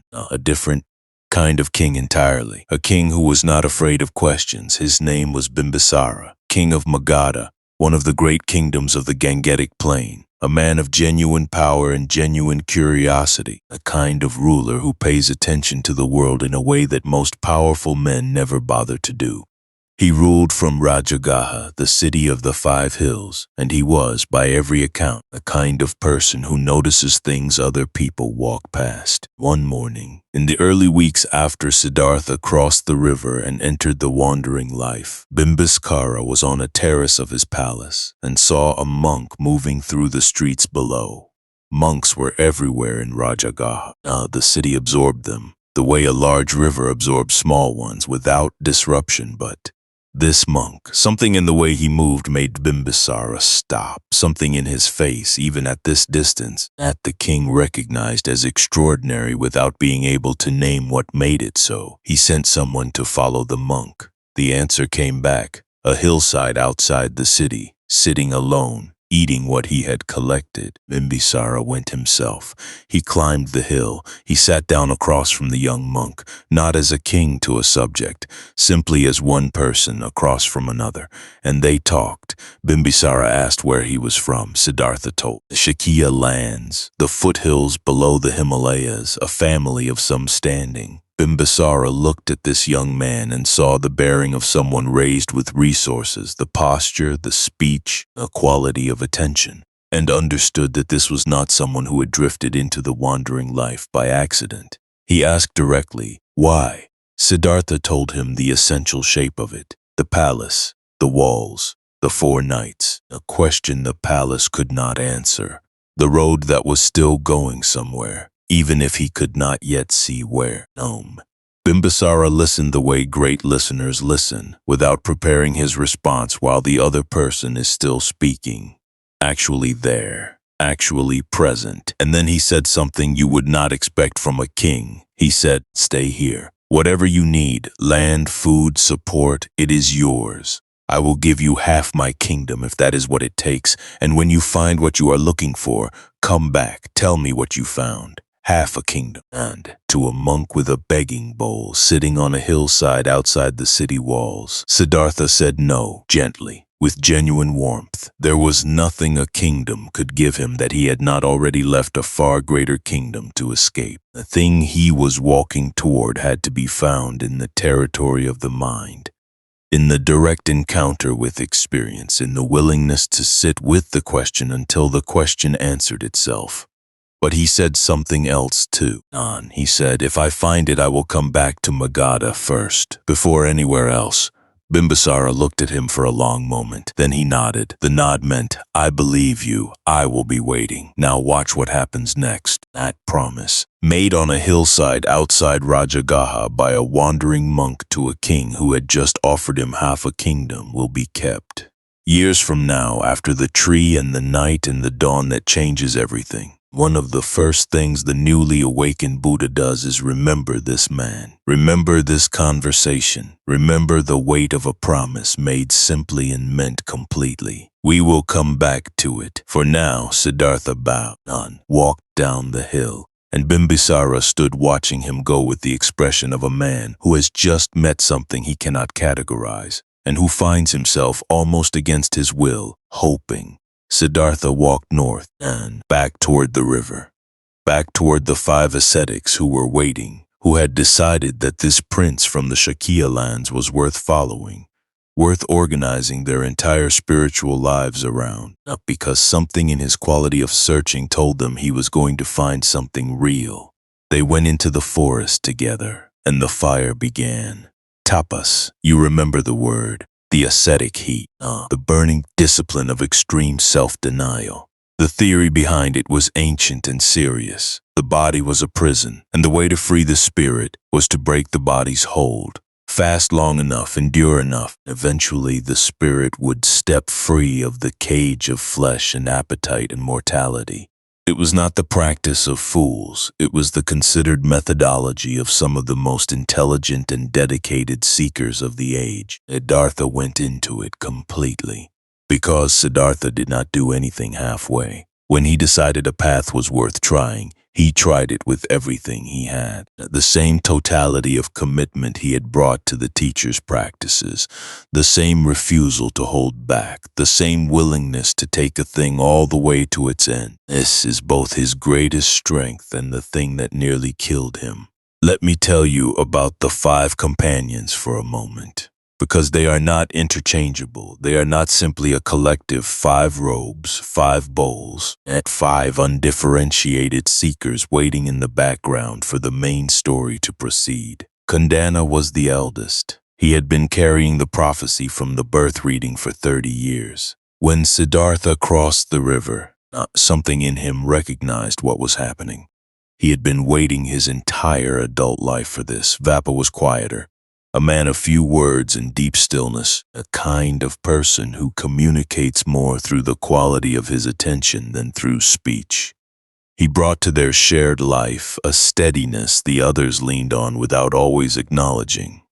Bodhi was the practical one. When they needed shelter before the rains, Bodhi found it. When the question of where to beg arose, Bodhi worked it out. He held the logistics of their shared life with a quiet competence that freed the others to focus on the practice. Mahanama was the most intellectual, given to long silences followed by questions that cut to the center of whatever was being discussed. None. He and Siddhartha had conversations during those years that the texts preserve only in fragments, but whose quality suggests 2 minds genuinely sharpening each other. And Asaji was the youngest, not earnest and serious and not yet worn smooth by long years on the road. He watched Siddhartha with an openness that had not yet hardened into assumption. These 5, this forest, this fire, the years passed. Here is the part nobody tells you about those years. The austerities worked, not in the way they were supposed to work. They did not lead to liberation, did not free the spirit from the body, did not answer the question. But they worked in a different way that turned out to be just as important. They burned away everything that was not essential. Every comfort, every assumption, every habitual reaching for ease, the body's ordinary negotiations with the world, the mind's ordinary strategies for making experience manageable, stripped away. What was left? The extreme clarity of near starvation and physical endurance was the question. Pure, unmediated, without the cushioning of comfort or the distraction of pleasure. Just the question, and in that stripped clarity, something else became visible. The nature of the mind's relationship to experience. The way the mind reaches toward the pleasant and pulls back from the unpleasant constantly, reflexively, without pause. The way this reaching and pulling back is itself a kind of suffering, independent of whether what is being reached toward is good or bad. He could see it clearly now, not yet all the way through it, but see it, the mechanism, the shape, the way it operated. This was not nothing. This was the preparation for everything that followed. This is not the story of a man who wasted 5 years on a wrong path. This is not the story of a detour that could have been avoided. This is not the story of failure. This is the story of a man who went all the way to the end of every approach available to him, found what was not there, and by finding what was not there, came to understand precisely where the thing he was looking for actually lived. You cannot skip this part, not in his story and not in yours. The years when you try everything and nothing works. The years when the path you committed to runs out. The years when the teachers you trusted reach their limit and the companions you relied on walk away and you are left alone on the bank of a river with the question and nothing else. Those years are not wasted. They are the preparation. They burn away everything that was going to get in the way later. They teach you with absolute authority what the answer is not, and that knowledge, hard-won and incontestable, is one of the most valuable things you can carry into the next stage of the search. He had spent 5 years on fire, and now the fire had done what fire does. It had reduced everything to what could not burn. The question now, still there, cleaner now, sharper, lighter, because everything that had been clinging to it had burned away. The hope that a teacher could hand him the answer. The hope that enough discipline would force it. A hope that the right practice or the right level of endurance would eventually tip the balance. All of that gone. What remained was simple. He needed to sit down. He needed to look. Not with the striving energy of the austerities or the grasping energy of the palace or the refined reaching of the meditative absorptions. Something else, something that was less like reaching and more like opening, less like building and more like clearing away.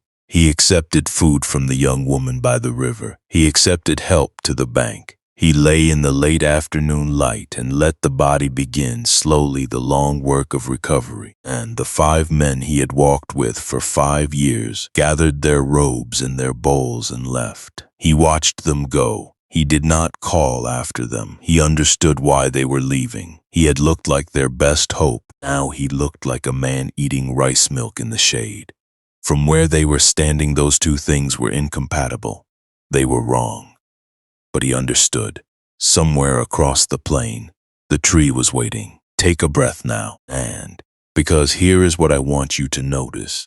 If you have been following this story with your own life running alongside it in the background, the way long stories always run alongside something personal if you let them. The moment when the path runs out is not the end of the story. It is the hinge, the place where everything turns. Every honest account of transformation includes a version of this moment, not the performed kind, not the inspirational poster kind, the real kind, the moment when the approach you committed to reaches its limit, when the thing you were sure was the answer turns out to be a very long, very instructive way of learning what the answer is not.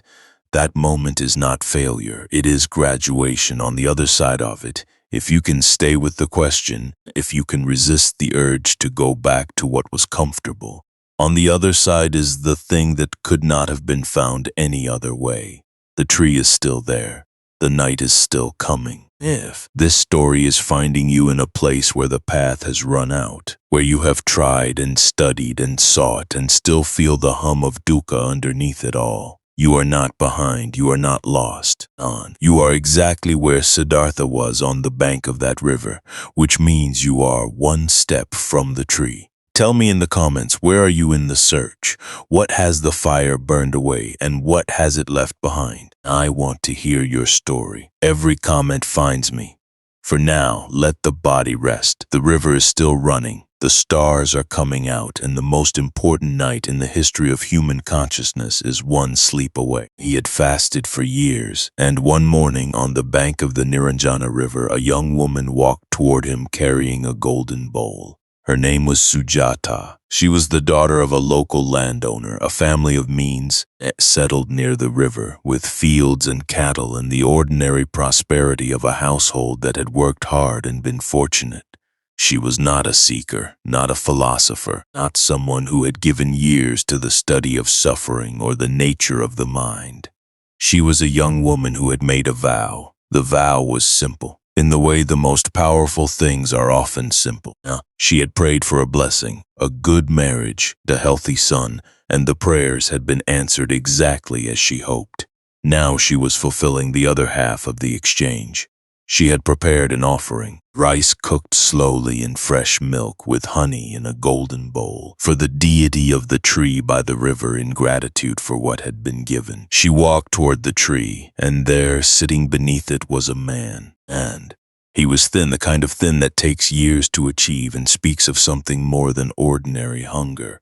But his face was not the face of a man who had been defeated. It was not the hollow, empty face of someone who had given everything and found nothing. Something else was there. Something Sujata, who had not spent her life studying the signs of spiritual attainment, could only describe in the simplest possible terms. He looked like he belonged under that tree. She thought he was the deity. She thought her offering had been so pleasing that the spirit of the tree had taken human form to receive it. She knelt. She offered the bowl. None. And here is the part that stays with me. Siddhartha looked at the bowl, and he accepted it, not because he had given up, not because the years of austerity had collapsed in a moment of weakness, but because, lying on the bank of the river the day before, watching the afternoon light come through the trees, remembering the rose apple tree in the middle way and the body as vehicle rather than enemy, he had understood something. Something that sounds obvious when you say it plainly, but took 5 years of near death to truly know. You cannot see clearly from inside a body that is shutting down. The mind needs the body, not as a luxury, not as an indulgence, as the vehicle through which the seeing happens. And a vehicle that has been starved to transparency is not a refined instrument. It is a broken one. He accepted the bowl. He ate, and here, if you have been following this story the way I hope you have, not as a historical narrative, but as something that moves through you, here is where you feel something loosen. Something that has been held very tight through the palace and the teachers and the 5 years of fire. No, something that was waiting for this moment without knowing it was waiting. He ate. The rice milk was warm. It was sweet, exactly what a body that has been given almost nothing for years needs. Simple, nourishing, without demand. He ate slowly. The texts do not describe his expression. They do not tell us whether he closed his eyes or looked at the river or at Sujata or at nothing in particular. They simply say he ate. And when the bowl was empty, he stood. And he walked to the river, the Niranjana, the same river he had crossed years ago on horseback with Chana, the same river that had received the jewels from his hair and the ornaments from his wrists on the night he became nobody. He waded in. The water was cold and clear and moved with the purposeful energy of a river in the morning. Going somewhere with complete conviction, he bathed. There is something I want you to notice about this moment. Now, 5 years ago he had been a prince who bathed in heated water scented with flowers, attended by servants, in marble pools, built for the purpose. Now he was standing in a river, barefoot on the stones, washing a body that had almost ceased to exist, with nothing between him and the water and the morning air. And the texts do not frame this as degradation. They frame it, through the care with which they record it, as restoration, the body returning to itself. The man returning to the world he had left, not to stay but to be present in it cleanly, without the buffer of either luxury or austerity between him and the direct fact of being alive. On he climbed out of the river. The bank was steep and his body was still very weak. A branch extended toward him, or a hand, or something the tradition calls the river goddess. Whatever it was, branch or hand or the world cooperating with what was about to happen, he got out of the water. He stood on the bank in the morning light. Now something needs to happen. Something practical and completely unspectacular that the great paintings of the Enlightenment almost never show, because it is not dramatic enough for paintings. But it matters enormously. It is the last ordinary, not ground-level human act before the night that changes everything. He needed something to sit on. The practice he was about to undertake required sitting, not for an hour or two, for the whole night through whatever came, until whatever was going to happen happened, and sitting on bare ground without any cushion between the body and the earth was the kind of discomfort that would pull attention away from the interior work. He needed grass, and there was a man nearby. The texts name him Sathya, a grass cutter, a man whose entire livelihood consisted of cutting the kusha grass that grew along the riverbank and selling it. An ordinary man doing an ordinary job on an ordinary morning, with no way of knowing that the person about to ask him for a handful of grass would become the most consequential figure in human spiritual history. Siddhartha asked. Sathya gave him some. That was the whole transaction, and Siddhartha carried the grass to the tree. The tree, the large fig tree, Ficus religiosa, the sacred fig, whose heart-shaped leaves tremble in the faintest breeze, creating a constant soft movement of light and shadow that practitioners of meditation have found, across thousands of years, to be exactly the right visual accompaniment to the settling of a mind. A tree whose roots went down into the earth the way the question he was carrying went down into the center of him. Deep, patient, drawing nourishment from something not immediately visible. He circled the tree once, respectfully, the way you acknowledge a place that matters before you settle into it. Then he arranged the grass on the eastern side, facing east toward the direction of the rising sun, toward the direction from which light returns after darkness. He sat down, he settled his body, arranged his robe, placed his hands on his lap, closed his eyes, and he made in the silence of his own mind a statement that the texts preserve with a simplicity that makes it one of the most extraordinary sentences in human history. I will not rise from this seat until I have found the end of suffering, or my body falls apart trying. That is all. No elaborate invocation, no ceremony, no witnesses except the river and the grass and the tree and the morning light beginning to move across the ground. Just a man sitting down, and a decision so complete it had no room in it for retreat. Let that settle for a moment, and this is where it gets remarkable. Because here is what the neuroscience of the last several decades has begun to reveal about the human brain in states of deep meditation.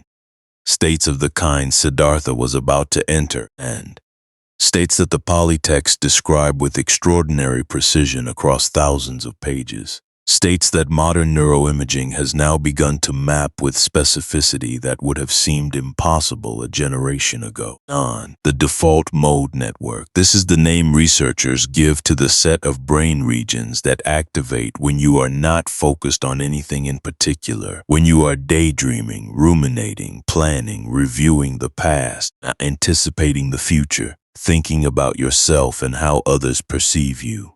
It is the network that generates the continuous internal monologue most people experience as the background noise of their own minds. A voice that never quite stops. The narrator that is always running. A loop that cycles through worries and regrets and hopes and self-assessments in a pattern so constant and so automatic that most people do not even notice it is happening. This is the network that is most active at 3 in the morning when you cannot sleep. This is the network that was fully engaged by the time Siddhartha walked out of the palace gates. And here's what happens to it in deep meditative absorption. The default mode network quiets, not suppressed, not pushed down or ignored or overridden by effort, quieted. In the way a river quiets in a deep pool, not because the water has stopped moving, but because the movement has become so organized, so coherent, so without turbulence, that the surface goes still.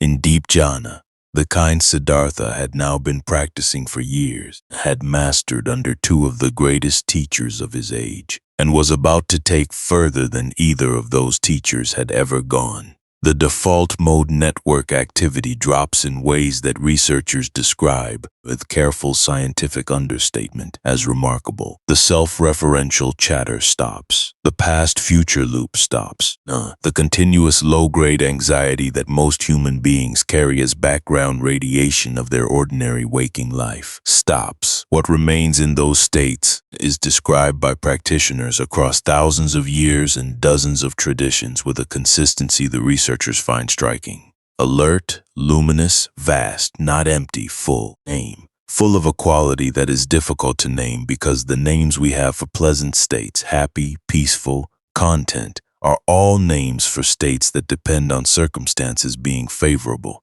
This quality does not depend on anything. It is not produced by getting something you wanted or avoiding something you feared. It is prior to all of that. It is what is there when all of that is set down.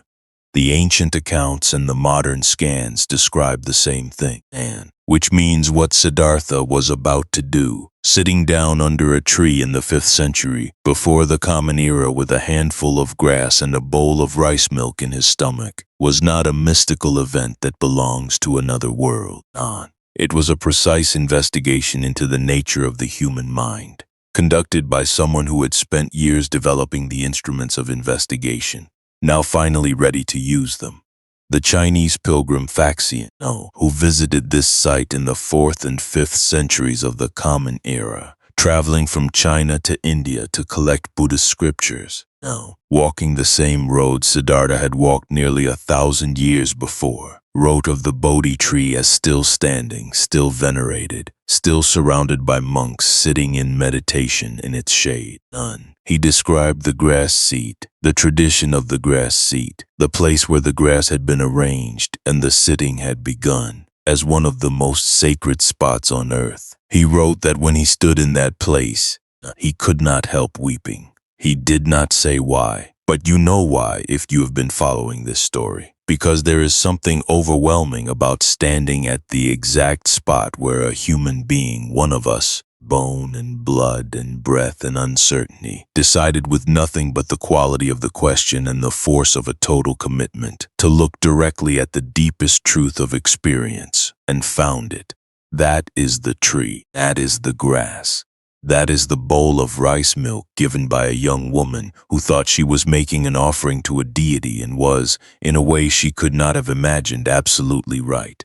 The sun was still climbing. The day was warm. The river moved. Metta, the Pali word for loving kindness, the quality of an open, non-grasping warmth that reaches toward all beings without exception, without preference, without the condition of being liked or agreed with or given something in return. It was beginning to arise in him now, in the recovery from the austerities, in the warmth of the food and the water and the morning light, not as a practice, not deliberately. Simply as what was left when the years of striving burned away and the body was no longer consuming itself and something underneath the striving could finally breathe, he sat under the tree. The day moved across the sky. Morning gold to flat white midday to the amber of late afternoon, the same amber light that had been on the river the day before when the memory of the rose apple tree surfaced, and the birds moved through the branches above him. Somewhere nearby, the river kept moving, and sukha, another Pali word, the simple wordless ease that is dukkha's opposite, the quality of things being, for this moment, simply all right. Sukha settled into him the way warmth settles into cold hands held near a fire. Not enlightenment, not yet, not the end of the story. Just a body fed, a mind steadying, man sitting under a tree in the late afternoon light, breathing, getting ready. He had no way of knowing that in a few hours something would come for him, something that would make the austerities look like a warm-up, and something that would reach into the deepest part of what he thought he was and pull it like a thread, trying to unravel everything. But he also had no way of knowing, and this is the thing. This is the thing that makes this moment shimmer with something that has no ordinary name. That the question he had been carrying since the palace, since the 4 nights, since the rose apple tree, since the birth that cost him his mother 7 days later, that question was about to be answered, completely, irrevocably. Finally, the sun moved toward the horizon, the shadows under the tree lengthened, and the night, the most important night in the history of human consciousness, began. He sat down. And the night began, and the night, the most important night in the history of the human spirit, was not quiet. And you might expect it to be quiet. You might imagine the approach of enlightenment feels like a dawn, gradual, gentle, a slow brightening at the edge of things. You might imagine that a man who had walked this road, who had spent years in meditation and years in austerity and come to this tree with the accumulated weight of everything he had learned and unlearned and learned again, that such a man sitting down on such a night would be met with welcoming stillness. He was not. What he was met with was everything he had not yet resolved.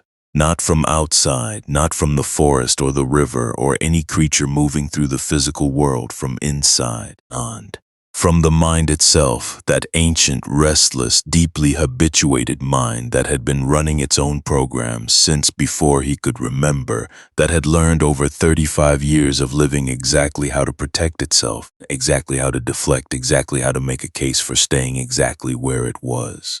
The ancient texts call what arose in that first part of the night the Nivarana, the hindrances, 5 of them, specific and named, the way real things are named when someone has paid attention to them carefully enough to see their distinct shapes.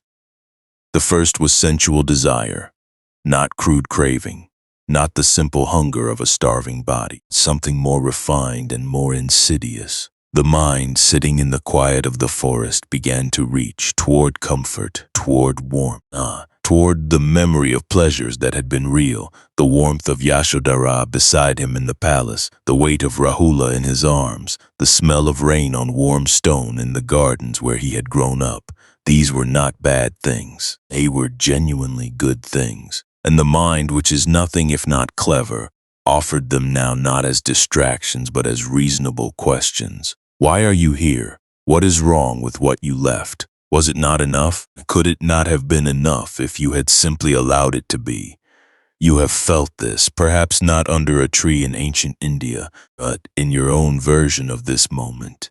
The night you finally sat down with the thing you had been avoiding, and your mind immediately began generating the most persuasive possible argument for getting up and going somewhere more comfortable. The mind's case for retreat is always strongest at the beginning, not always most reasonable sounding exactly when you most need to stay. He did not move. The second hindrance was aversion.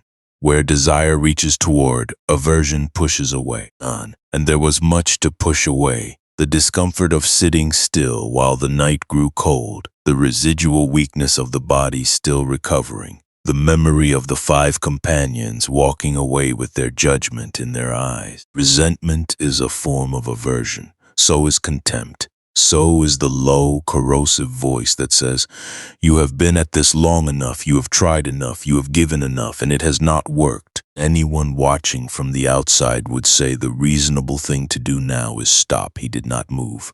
The third was sloth and torpor, the weight of the body wanting sleep, a dimming of attention that comes in the hours after midnight when every cell is oriented toward horizontal and the mind grows thick and slow.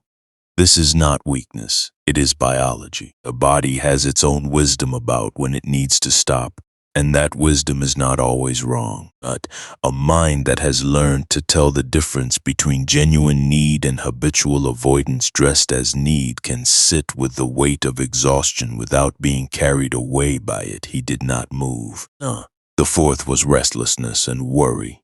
The most familiar hindrance, perhaps. The mind that cannot settle, that generates in the quiet an endless scroll of concerns, unresolved questions, things that need doing, futures that might go wrong. His father, aging in the palace, Yashodhara, alone with the child. The 5 companions who had trusted him and now felt betrayed. The promise to Bimbisara still outstanding. The world full of suffering, continuing on without pause while he sat under a tree.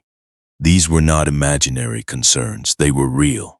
And the mind generating them was not malfunctioning. It was doing exactly what a caring, responsible mind does. Noticing obligations, tracing consequences, asking with genuine urgency, is this the right use of your time? He stayed. The 5th hindrance was doubt, and doubt, the last of the 5, and in some ways the deepest, is worth pausing on. Not ordinary doubt, the kind that questions specific beliefs or methods. Something more fundamental. The doubt that asks whether the entire enterprise is possible, whether anyone has ever actually found what he was looking for, whether the monk whose face in the torchlight had sent him on this road had really had what it looked like he had, or whether it was a performance, a delusion, a very good approximation of peace that was not actually peace. Whether the question itself, can suffering end, has an answer at all. Doubt is the hindrance that attacks the foundation. And foundations, once seriously questioned, are difficult to rebuild in the dark. He did not move. Here is where the story turns. And because here is what happened next, and the texts describe this with a precision that suggests they are recording something reported with great specificity by the man himself years later teaching. The hindrances arose. He did not fight them. Fighting them is its own form of engagement, its own way of being caught. He did not suppress them. He did not pretend they were not there. He looked at them. directly, clearly, with the quality of attention he had been developing for years. He saw each one for what it was, a mental event arising in the mind, having a beginning and therefore a middle and therefore an end.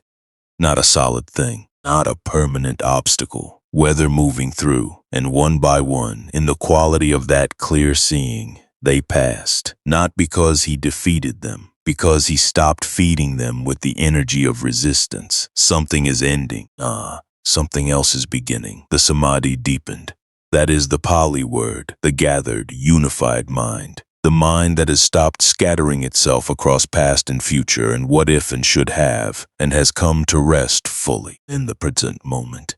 Not forced, natural, the way a river comes to rest in a deep pool, not because something stopped at, but because the conditions finally allowed it. The first jhana arose, and you remember the word, the meditative absorption, the state he had first discovered as a child under the rose apple tree and then pursued for years under two of the greatest teachers of his age. But something was different now. Jhanas he had reached with his teachers had been real, genuine depths, profound stillnesses, states of consciousness most practitioners never touch. But they had been reached by a mind still, in some subtle way, trying on, still using the practice as a tool to get somewhere, still carrying the goal orientation of a seeker. Now the mind was not trying. The body was fed and rested. The 5 hindrances had passed. No. The long years of preparation had built the instrument to its fullest capacity, and the samadhi that arose was not produced. It settled, like the surface of a pool when the last ripple finally reaches the bank and the water goes still. First jhana, applied thought combined with a joy that had nothing to do with getting what you wanted, a joy that arose from the stillness itself. Second jhana, the applied thought dissolved. What remained was the stillness and the joy without the movement of attention between them. The mind bright and clear and without friction. Third jhana, the joy itself became too active. Still beautiful, still real, but a form of movement it quieted. What remained was equanimity, upekkha, and a quality of mindfulness so precise it felt like the mind had become transparent to itself, like looking through clear water to the stones beneath. Fourth jhana, and breathing slowed to almost nothing. The body seemed to dissolve, not disappear, but to become background, the way the hum of a refrigerator disappears when you stop attending to it.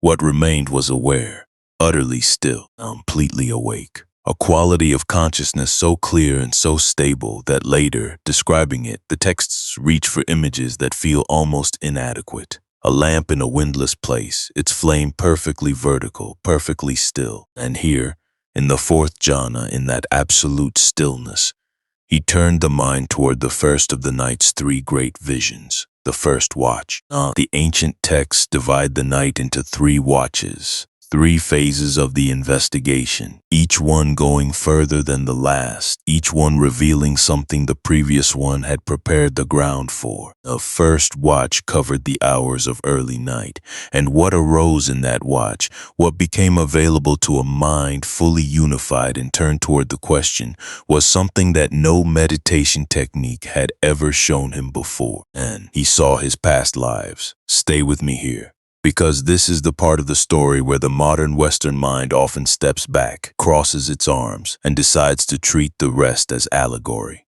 Past lives, the soul traveling through time. It sounds like mythology. But here is what I want to offer you before you step back. The Buddha himself, years later, described this experience with extraordinary specificity, not as a belief, not as something he had been told or concluded through reasoning, but as something he had seen. Directly, the way you see the river or the tree or the face of a person you love, with the same quality of directness.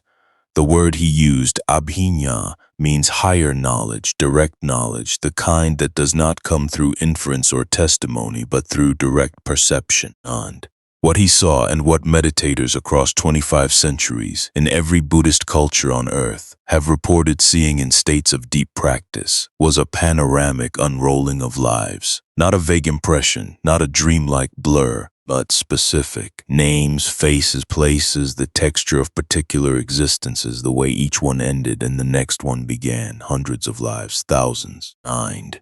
Moving backward through time the way you might walk backward through a long house, opening door after door, each room distinct, each one occupied by a version of experience that was, in some fundamental sense, continuous with this one, even as the names and bodies and circumstances changed completely. Here's what most people miss about what this means for the story. What he saw in those past lives was not merely biographical. He was not collecting memories like old photographs. He was seeing the pattern, the way the same fundamental dynamics, craving, clinging, none, the grasping after pleasant experience and the pushing away of unpleasant, played out across existence after existence, generating the same suffering, the same confusion, the same reaching for something that could never quite be reached in different bodies, in different circumstances, with different names. Samsara, not as a concept, not as a religious belief to be accepted on faith, but as a directly perceived reality, the actual structure of conditioned existence, visible in the same way that the structure of a river is visible when you climb high enough to see the whole course from the mountains to the sea. And here is the detail that lands like a stone in still water if you let it. He saw himself in those past lives. He saw Yashodhara, he saw Rahula, he saw Khandana and the other four ascetics. He saw King Bimbisara and Alara Kalama and Uddaka Ramaputta and Suyata and Sothia the grass cutter. He saw the people of his life not as strangers who had happened to enter his story, but as fellow travelers, consciousnesses that had been meeting and separating and meeting again across an almost incomprehensible span of time. Each encounter shaped by what had passed between them before, each connection the continuation of something far older than any of them knew. But it gets stranger. The joy of the first watch was not sentimental, not the warm glow of good memories retrieved. It was the joy of seeing clearly, the joy of a mind that has been carrying a confusion for a very long time and has now finally seen the shape of the confusion. Not yet the end of the confusion, that would come later in the second and third watches. But the first watch gave him this, the panorama of samsara, the wheel of conditioned existence, laid out before the clear mind in its full extent. And somewhere in the middle of all those lifetimes, somewhere in the sweep of all that becoming and ceasing, all that craving and clinging and losing and starting again, he saw something else. He saw a thread running through all of it. The same thread in every life, in every body, in every circumstance. A quality that had always been present, that had never been created by any of those existences, and had never been destroyed by any of those endings. He could not name it yet. He was not ready yet. The instrument was clear, but the investigation was not yet complete. None. The first watch ended. The night was at its middle. The river ran on. The tree was still. He breathed. And here is the part nobody tells you, the part easy to skip over in the rush to get to the dawn. He was not certain yet. He had seen more in the last few hours than most human beings see in a lifetime of practice. He had watched the whole scope of conditioned existence unfold before a mind clearer than it had ever been. He had felt the fifth hindrance, doubt, rise and fall and rise again, quieter now but not yet completely gone, and somewhere in the dark at the edge of the forest something had been watching him, and something that had been there since before the first hindrance arose, something that had perhaps sent the hindrances, or perhaps they were simply the mind's own furniture. What was watching at the edge of the forest was something else entirely. The texts give it a name. You already know the name Mara. Not yet fully present, not yet declaring itself, just there, at the edge, watching. The way a storm watches from the horizon before it decides to move. The night was not finished. The second watch was about to begin. But before it did, in that breath between the first vision and the second, that pause where the mind gathered itself for what was coming, take a moment. You are here too, in this pause, in this space between what has been seen and what is not yet seen. This is not nothing. This is in fact the most important space in the story. The space where the human mind, having seen how far it can go, decides whether to go further. He decided. Of course he decided. He had come too far, and the thread he had glimpsed was too real, and the dawn was still hours away. He breathed, he deepened, and the second watch began. If what we have covered so far tonight is landing in you, if this story is finding something in you that recognizes itself in the man under the tree, then share it. Someone in your life needs to hear this story tonight. And someone who is in their own version of that first watch, fighting the hindrances, sitting with the doubt, not yet sure whether the sitting is going to lead anywhere. Tell them to stay. Tell them the night is not finished. Tell them something is coming. In the deepest part of the night, something came for him. The texts call it Mara. You can call it whatever you want. You can call it the ego's last stand. The death instinct, the gravitational pull of the conditioned mind toward its own continuation. You can call it fear dressed in its most sophisticated clothing. Fear that has learned to argue rather than simply tremble. You can call it the voice that knows you better than anyone, that has been listening to your thoughts your entire life and has assembled, over the years, the most precise and personal possible case for why you should not go any further. Call it whatever you want, but you have felt it. Everyone who has ever sat down with something true, everyone who has ever pushed past the comfortable surface of experience toward whatever is underneath, has felt it. A moment when the resistance stops being vague and becomes specific. When it stops being the background hum of discomfort and becomes a voice or a vision or a feeling so vivid and so compelling that the line between what is happening outside and what is happening inside blurs completely. Mara is not a cartoon demon. Mara is not a fairy tale villain who arrives with horns and fire and an obvious malevolence that makes it easy to say no. Mara is not something that exists outside of you in the forest, in the dark, not separate from the mind that perceives it. Mara is the part of the mind, the ancient, defended, deeply habituated part that will do anything, absolutely anything, to prevent you from waking up, because waking up is the end of Mara. Mara knows it. The name itself tells you something. In Pali, Mara means death. Not just physical death, the death of the self-construct, the death of the story the mind has been telling about who you are and what you need and what you must protect at all costs.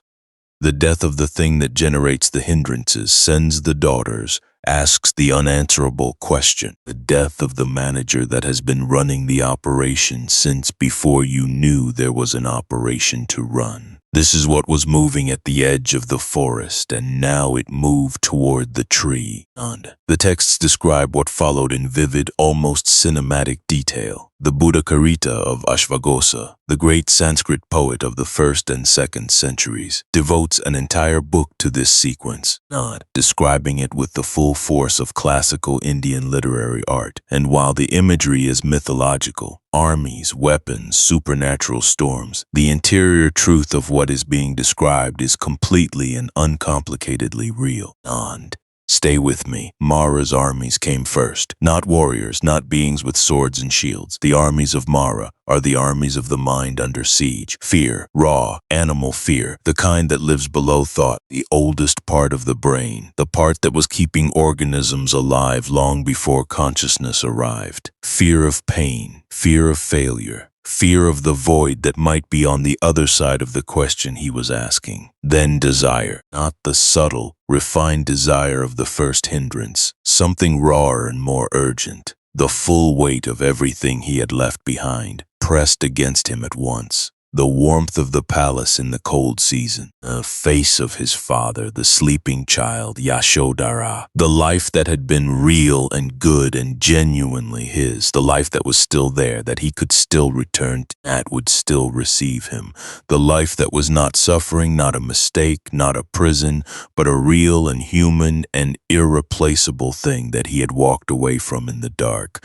These were not illusions designed to deceive him. These were true things being used as weapons. And this is the part that still puzzles scholars. This is what separates what Mara was doing from ordinary temptation. Mara was not lying. The palace was real. The love was real. And the life he had left behind was genuinely good. The armies of Mara were not constructed from falsehood. They were constructed from truth, selectively assembled, strategically deployed, in service of the one thing that was not true. The claim that those good things were the answer to the question.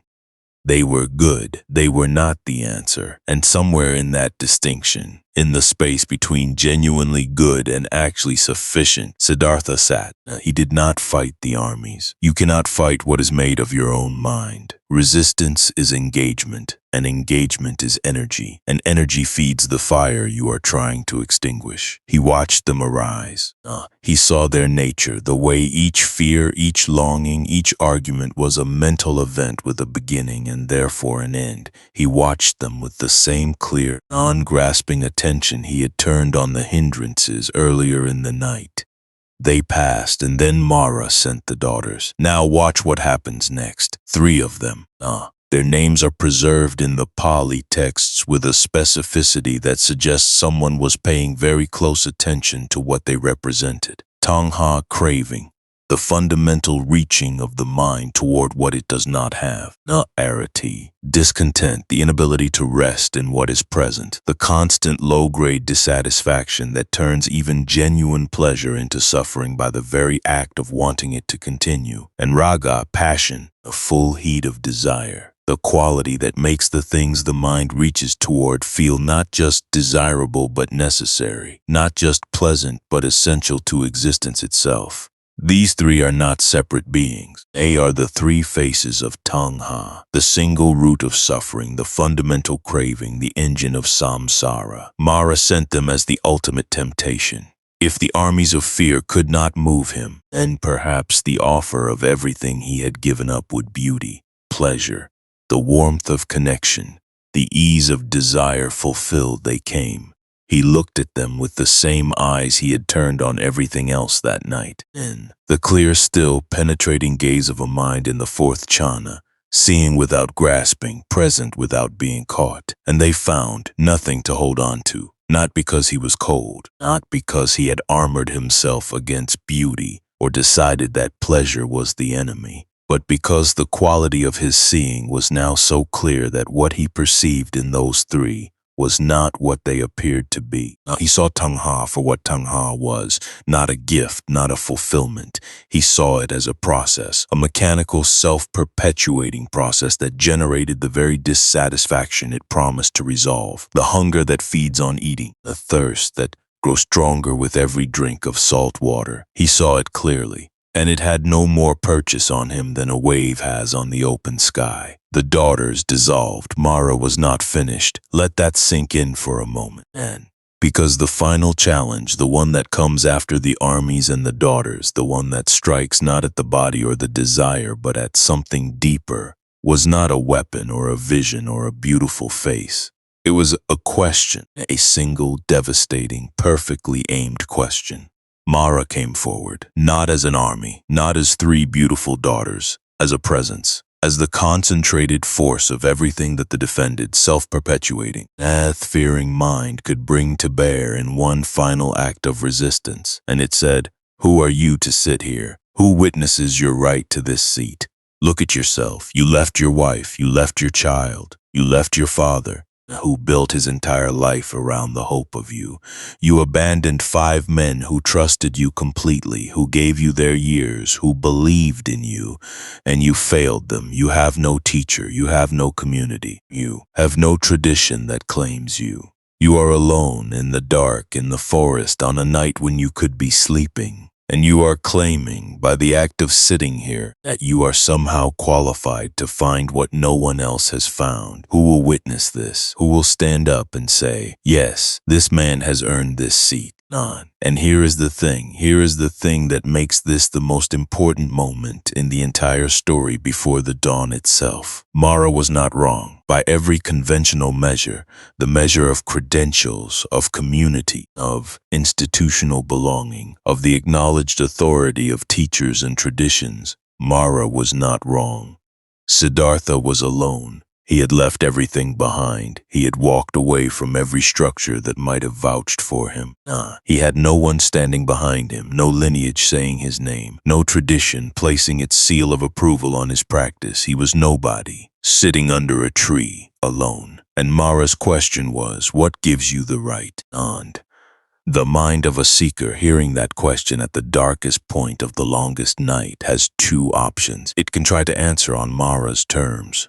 Construct a case, cite the years of practice, the teachers, the effort, the sincerity, argue back, defend itself, and in doing so, accept the premise of the question that the right to sit here must be earned through external validation, that liberation is a prize awarded by a jury, that the deepest truth of experience can only be approached by those with proper credentials, or it can do something else entirely. Siddhartha did something else entirely. He did not speak. He did not argue.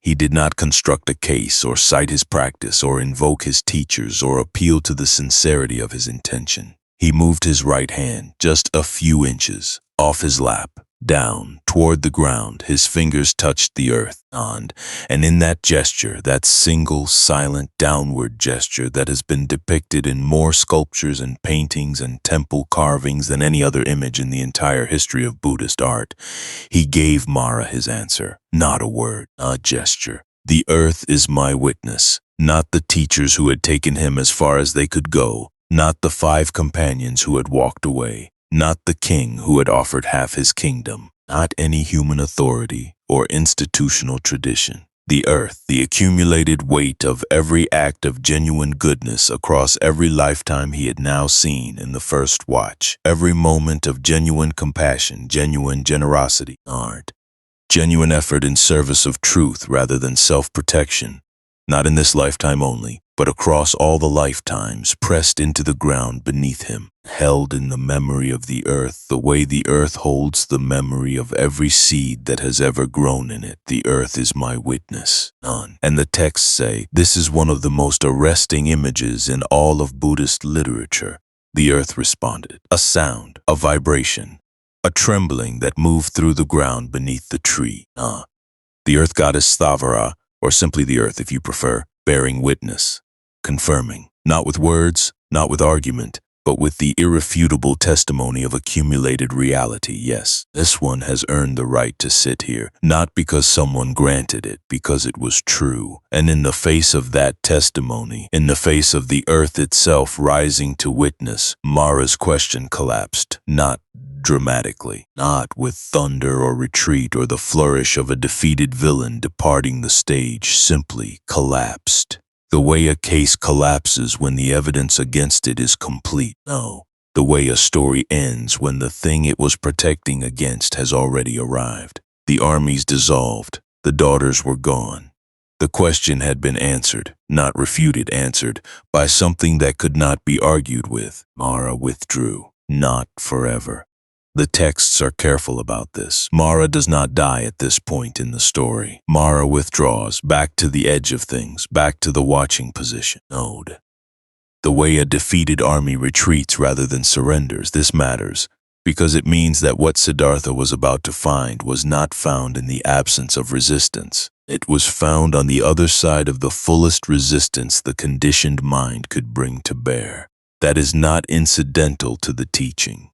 That is the teaching. Now, you do not find the truth by waiting until everything is quiet and safe and conditions are favorable. You find it here, in the middle of the night, in the dark, with Mara having just done its best work and having found, none to its considerable surprise, that its best work was not enough. This is not a story about someone who was unafraid. This is the story of someone who was afraid, who felt every army, every daughter, every word of Mara's devastating question land with the full force it was intended to carry, and did not move. One hand on the earth, eyes closed, the night still going, the second watch beginning. His hand moved just a few inches, on, down, toward the ground, and everything changed. Not in the way things change when force meets force, not with the crash and recoil of two great powers colliding. In the opposite way. No, in the way things change when resistance finally completely stops.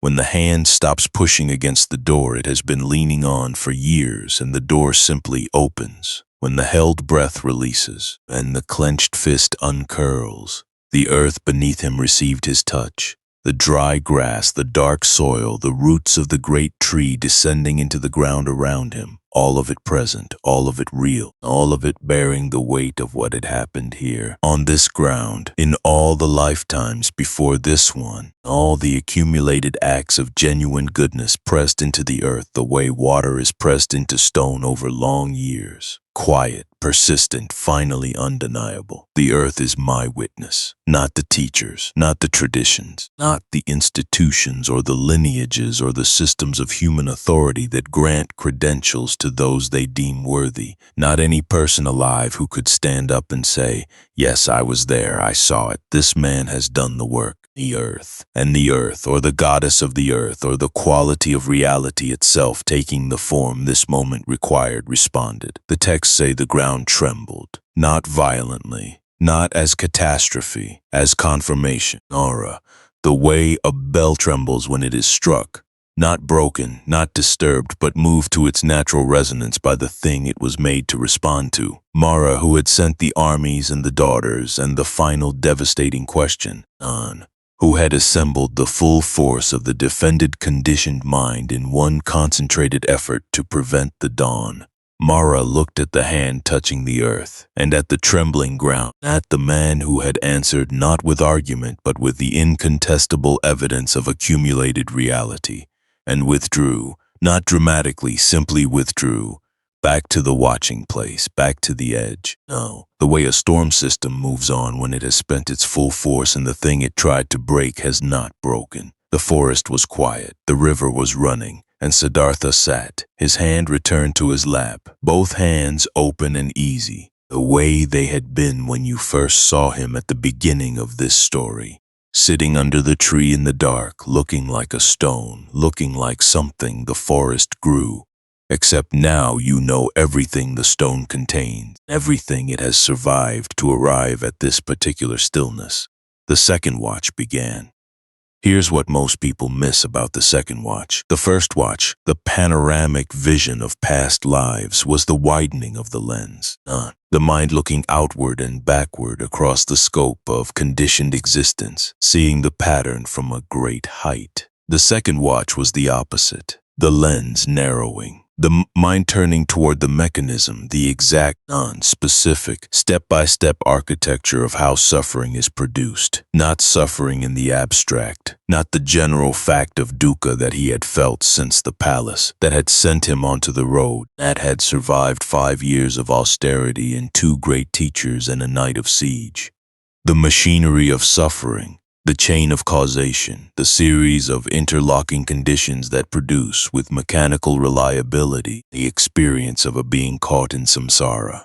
He saw it, paticca samuppada, that is the Pali, dependent origination, codependent arising, a chain of conditioned arising that the Buddha would spend the next 45 years of his life teaching in different ways to different people, in different circumstances.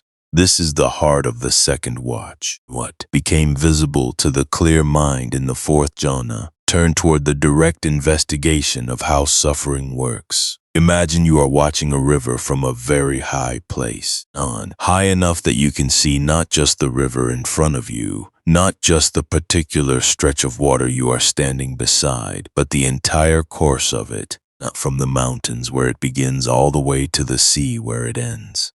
Every bend, every tributary, every place where the volume increases or the channel narrows, the whole thing visible at once as a single coherent system. This is something like what the second watch revealed. He could see how suffering began, not in the big moments, not in the catastrophes and griefs we ordinarily call suffering, but at the very beginning. At the first movement, at the place where experience first tips from neutral into the territory that generates all the rest. Ignorance, not stupidity, not a failure of intelligence, a specific technical ignorance, not seeing things as they actually are, not seeing impermanence as impermanent, not seeing the processes of the mind as processes rather than as solid fixed things, not seeing the constructed nature of the self that does all the reaching and pulling back. And from that ignorance, formations arise, the habitual tendencies, the grooves worn deep by repetition, the automatic responses that run before consciousness has a chance to intervene. From formations, consciousness.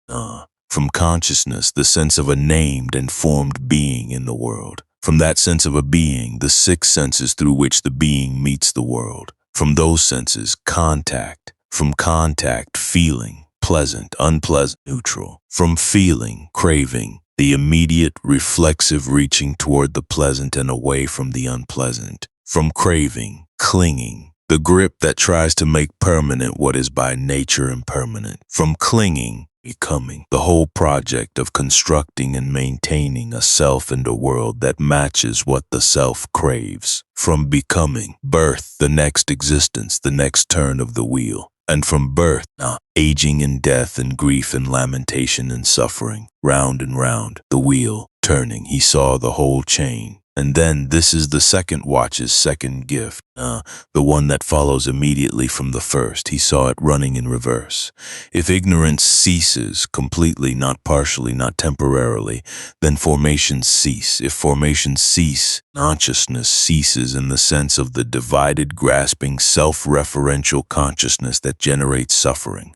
And from that cessation, step by step, the whole chain unravels. Birth ceases. Aging and death cease. Grief and lamentation and suffering cease. Not as a theory, as a directly perceived fact. There is a way through, not a way around, a way through. Not an escape from existence, but a seeing through of the confusion that makes existence painful. Not the annihilation of experience, but the ending of the grasping at experience that generates the suffering within it. He saw it. Now the ground moves. Because here is where we stop and let what just happened land in the present tense. In your life, in this room, in whatever darkness or quiet you are sitting inside right now. The second watch says this: suffering is not random. It is not the arbitrary punishment of a cruel universe. It is not the price of existence that must simply be paid. It is a process, a specific, describable, investigable process that has a beginning and therefore an end. This is not consolation. This is not the kind of comfort that asks you to believe something you cannot verify. This is the report of a mind that looked directly at the machinery of suffering and traced it back to its root and found not a wall, not a dead end, not the announcement that this is simply how things are, found a door. The door is real. The path through it is real. It takes everything. It does not happen in a moment of pleasant inspiration. It does not happen by thinking the right thoughts or believing the right beliefs or performing the right rituals. It happens the same way everything true happens, through direct seeing, sustained and complete, and without the buffer of wishful thinking between the eye and the thing it is looking at. But it is real. He was not yet through the door. The third watch was still ahead. The dawn was still ahead. But the second watch had given him the map. The complete, precise, irrefutable map of where the door was and what it led to.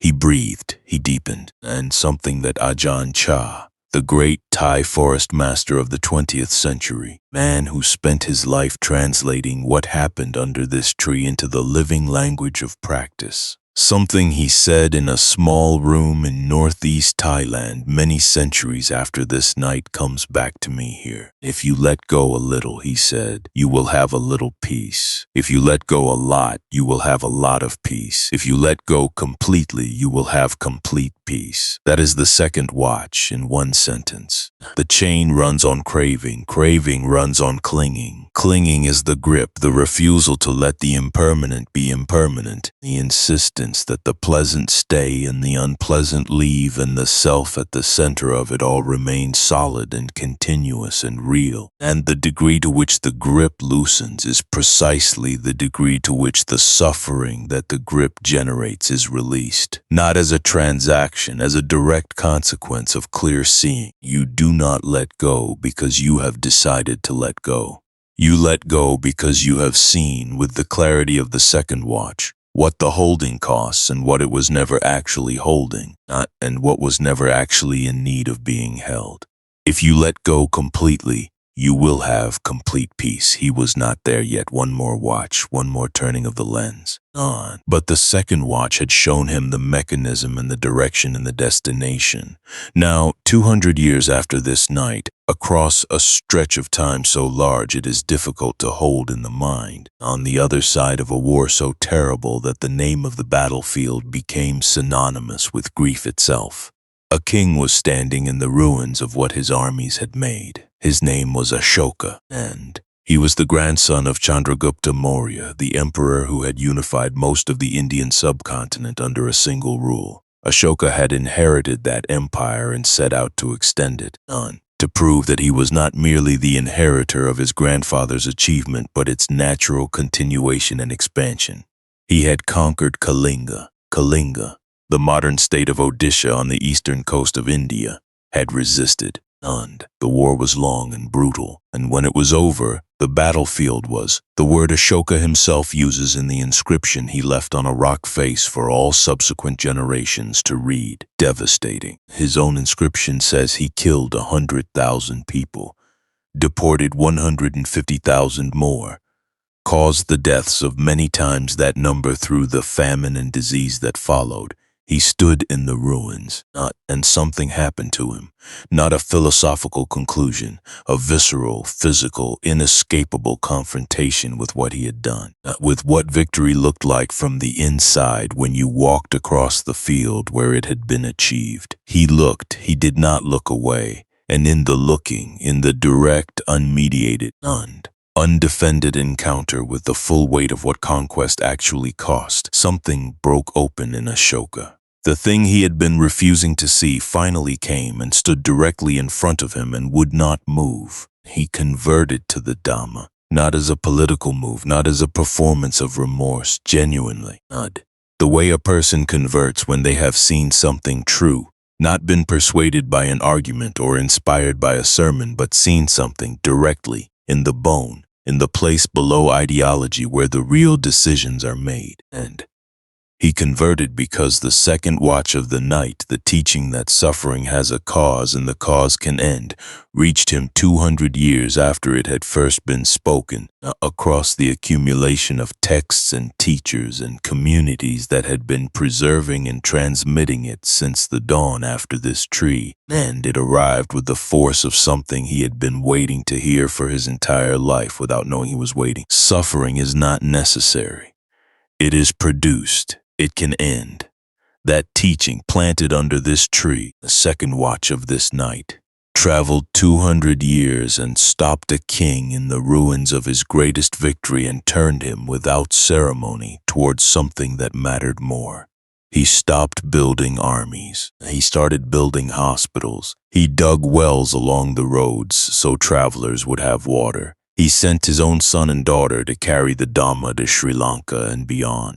He had the teachings carved on rock faces across the subcontinent, the Ashokan edicts still readable today, still carrying the unmistakable voice of a man who had seen something true and spent the rest of his life trying to make it available. He made a pilgrimage to this tree. He stood on this bank, looked at the place where a man had sat one night 2 centuries before with his hand touching the earth, and the teaching he had received, and the man who had first seen it, and the ground that had borne witness.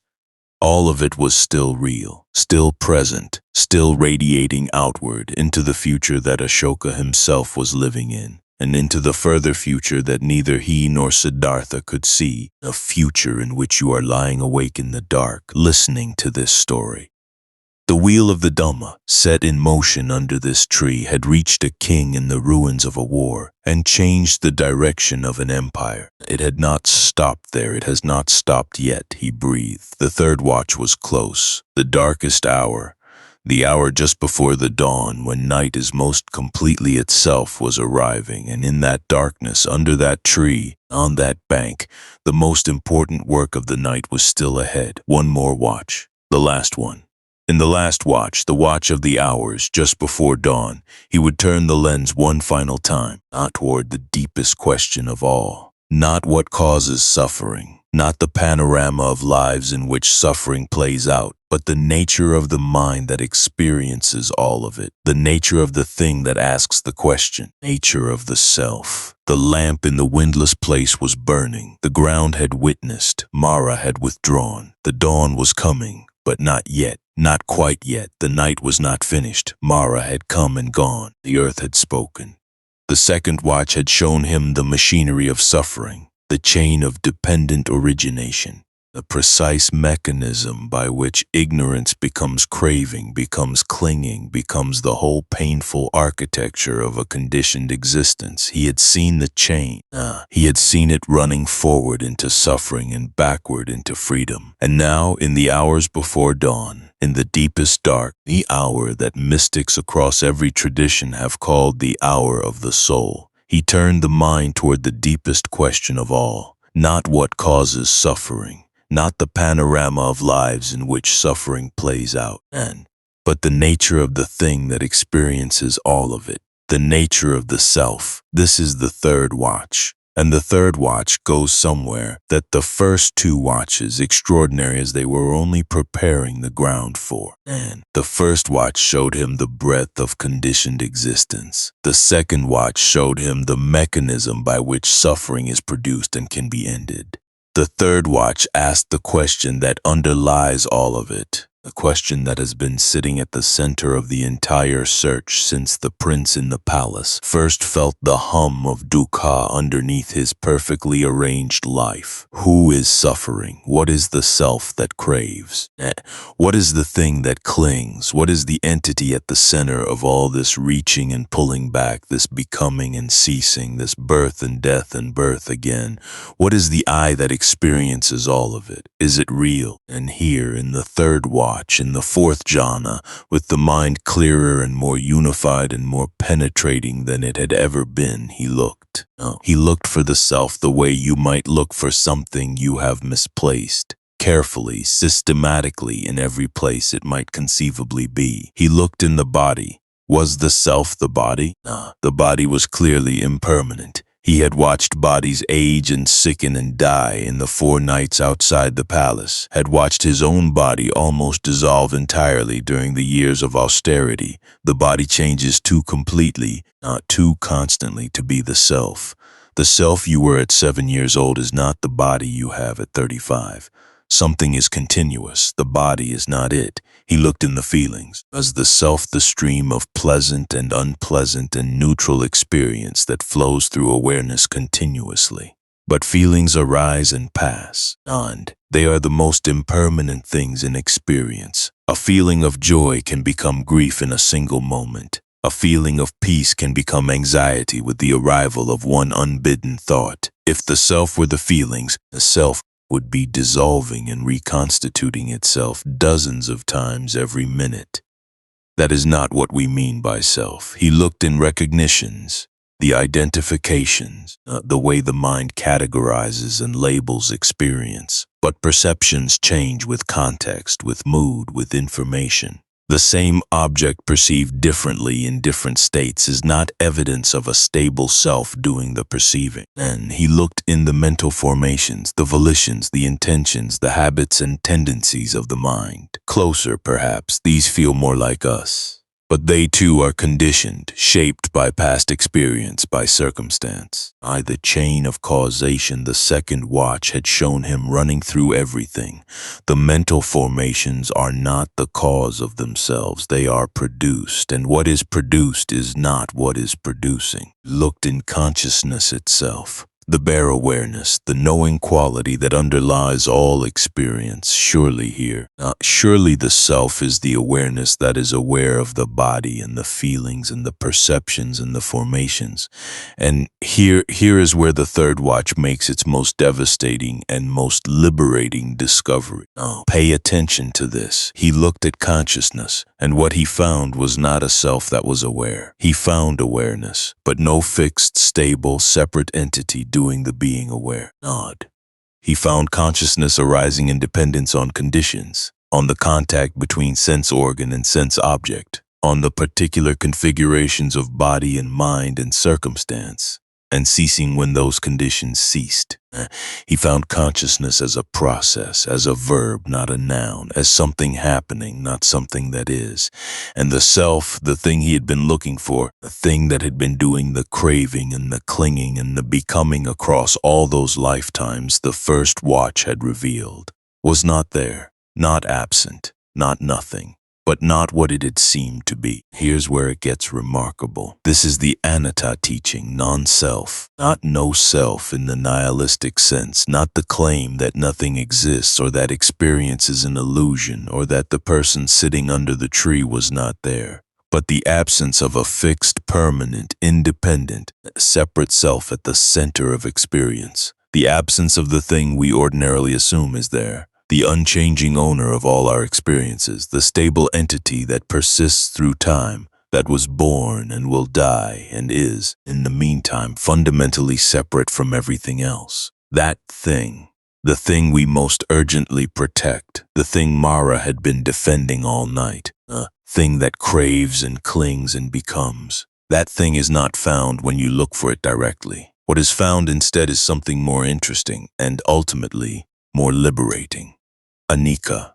Everything that arises passes away. The body, the feelings, the perceptions, the formations, the consciousness, every single component of what we call a person is impermanent, not philosophically impermanent, as in, yes, of course, everything changes eventually.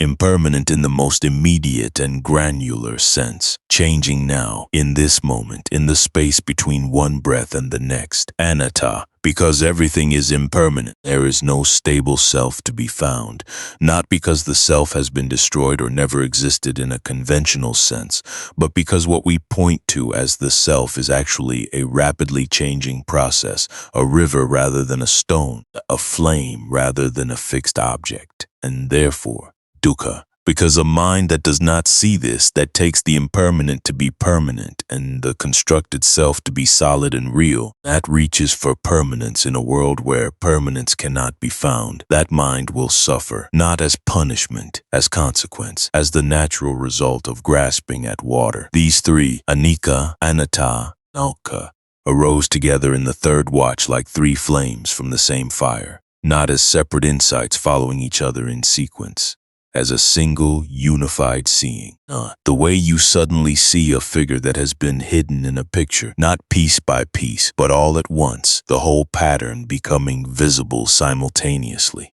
In that simultaneous seeing, in that moment when the three characteristics of existence arose together in the clear mind, something that had been running continuously since before he could remember simply stopped. Not a dramatic stopping, not a thunderclap or a flash of light. The way a sound stops that you have been hearing for so long you stopped noticing it. No, the way you only know how constant a noise was by the quality of the silence when it ends.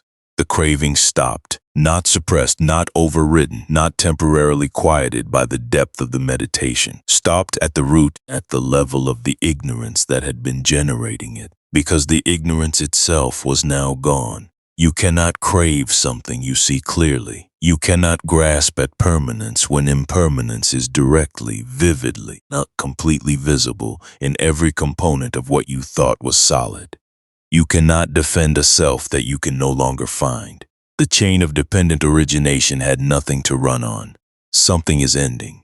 Something else is beginning. Now, a man named Nagasena, several centuries after this night, sitting across from a Greek king named Melinda, who had conquered much of northwestern India and brought with him the Greek philosophical tradition's full appetite for argument. This man, Nagasena was asked to explain the Anatta teaching, to explain how there can be continuity without a self, how actions have consequences across lifetimes if there is no persistent self to carry those consequences. Nagasena picked up a lamp. He said, "If you light a lamp from this flame and then light another lamp from that one and another from that, is it the same flame?" Melinda considered. "No," he said, "not the same flame. A different flame, lit from the previous one." And yet, Nagasena said there is continuity. The heat and light of the first flame caused the heat and light of the second. A chain is real, even though no single flame persists through it. Then he asked, "What is a chariot?" Melinda looked at the chariot standing nearby. "The wheels," he said, "the axle, the frame, the yoke, the harness." Nagasena asked, "Is the chariot the wheel?" "No." "Is the chariot the axle?" "No." "The frame, the yoke, the harness, the combination of all of them, the space within the combination?" "No, no, no, no, no." "Then where," Nagasena said, "is the chariot?" And Melinda, who was genuinely brilliant, who had come to this conversation as a challenger and was leaving it as a student, understood. The chariot is a conventional designation, a useful label applied to a particular configuration of components, a configuration that has no existence independent of its components and no essence beyond their arrangement. The chariot is not nothing. You can ride in it. It has real effects in the world. But it is not a thing in itself. It is a process temporarily taking a particular form. And the self, Nagasena said quietly, is the same, not nothing, not an illusion in the sense of being without effect, but not a fixed, independent, separate thing either, a conventional designation applied to a rapidly changing configuration of body and mind and experience, real in the way that the chariot is real, useful to refer to, capable of action and consequence, continuous in the way that a flame is continuous, but not the solid, permanent, independent entity that the craving mind takes it to be. This is what the third watch showed him. And this is where it stops being a story about someone else. Because the question the third watch asks, "Who are you really?" when you look directly rather than assuming, is not a historical question. It is not a question that applied to a prince under a tree in ancient India and has since been answered and archived. It is alive right now in you, the way you hold your own sense of self, in the way you defend it and protect it and build your life around the assumption of its solidity. The suffering that wakes you at 3 in the morning, the worry, the regret, the fear, the grinding sense that something is wrong, almost always has at its center a self being threatened, a self that needs to be defended. A self that must be maintained and protected and kept intact against the evidence, which arrives every day in 100 small ways that it is not as solid as it seems. What if it isn't? Not as a philosophical position, as a direct experience. What if you really looked, the way Siddhartha looked in the third watch, with the full force of an undistracted mind? And what you found was not the solid, permanent, separate entity you have been protecting, but something more interesting, something more spacious, something that did not need to be defended because it was not, in the way you thought, under threat. This is what Nibbana points toward. The Pali word, Nibbana, nirvana in Sanskrit, is often translated as extinction, which sounds alarming, like the snuffing out of everything. But the word literally means extinguishing. The extinguishing of the fire of craving, not the extinguishing of experience or awareness or the capacity for joy or connection. The ending of the burning, not the ending of the warmth. Here's the part nobody tells you about what the third watch found. And it was not the absence of experience. It was the fullness of experience without the suffering that grasping adds to it. Not less alive, more alive. Not emptied out. Open. The way a room becomes larger when you remove the furniture you never needed, the clutter that had made you forget how high the ceiling was. The lamp in the windless place burning perfectly still, not a lamp that had been extinguished, a lamp that had finally stopped being buffeted. He breathed. The night was almost finished. The darkness had a different quality now, the quality that darkness has in the last hour before dawn, and it is still completely dark, but something in the air has changed. some quality of potential in the atmosphere, as if the world is gathering itself before the sun returns. He was not yet at the dawn. The third watch had taken him to the edge of it. The three characteristics had arisen and been seen completely. The craving had ceased at its root, and now there was one more thing. One thing the third watch had left him with. That was not resolution, but question. Not doubt. The doubt of the hindrances was long gone, burned away in the clarity of the night's investigation. Something different, simpler and more human, and in its own way, more difficult than any of the visions he had seen, he had found. He had arrived at the edge of the most complete understanding any human being had ever arrived at, and he did not know what to do with it. The teaching, the specific, precise, communicable account of what suffering was and where it came from and how it ended, was now his, not as a belief, as a direct perception, as something he had seen the way you see a mountain, undeniably, irreversibly, completely. But could anyone else see it? Could the seeing be transmitted?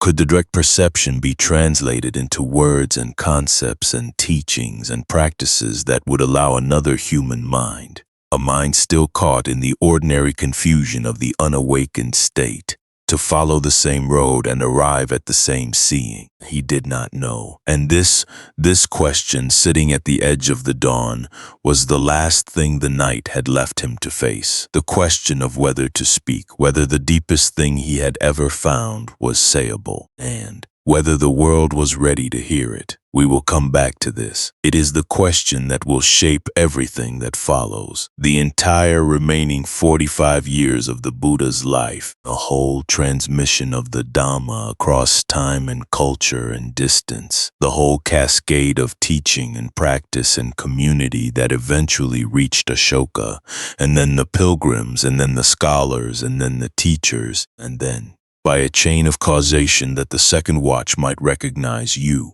But first, the dawn must come. And before the dawn, in this last breath of the deepest night, take a moment. You have been with this story for a long time. You have walked from the palace to the river, from the river to the teachers, from the teachers to the fire, from the fire to the bowl of rice milk and the grass seat and the tree. You have sat through the hindrances and the armies and the daughters and the earth's testimony, and you have followed the second watch through the whole chain of dependent origination and the third watch into the deepest investigation of the self. You are tired, perhaps. No, the good tired, the tired that comes not from being depleted, but from having been genuinely present for something that asked everything of you. Rest in that for a moment. If something tonight has found you, if some part of this investigation has landed in the place where the real questions live, below the surface of the day's ordinary concerns, tell me about it. Leave a comment. Tell me what the third watch stirred in you. Every word finds me. The dawn is close. One more chapter until the light. The stars were still out, but something in the quality of the darkness had changed. It is difficult to describe this quality to someone who has not sat outside through an entire night and waited for the dawn. Not because they had to, not because sleep eluded them, but because they chose to, because something was happening that was more important than sleep. If you have done this, you know what I mean. If you have not, here is the closest I can get. In the last hour before dawn, the darkness does not lighten.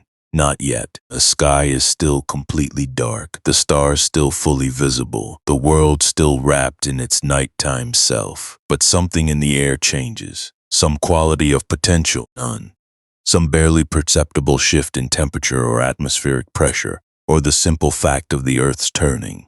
Something announces, below the level of the visual, that the darkness has reached its far edge. That on the other side of this particular darkness, light is gathering. The body knows it before the eyes do. Siddhartha's body knew it. He had been sitting under the tree since before nightfall.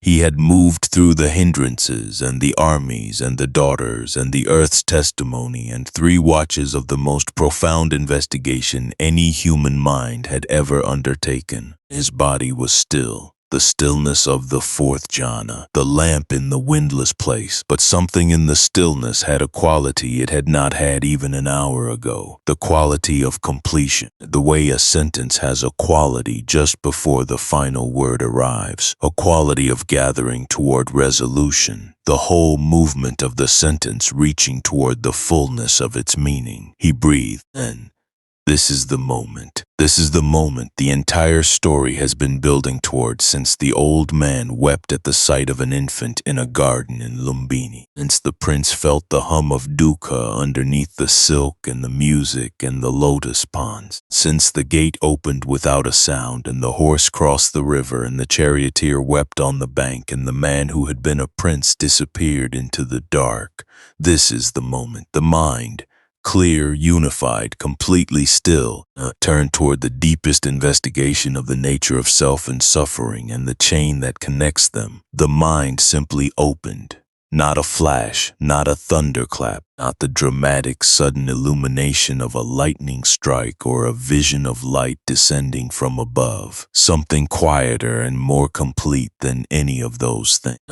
The way a door opens when you have finally found the right key and it turns without resistance and the door simply swings. Not the way a knot releases when the last tension is removed and what had been tightly wound simply falls open.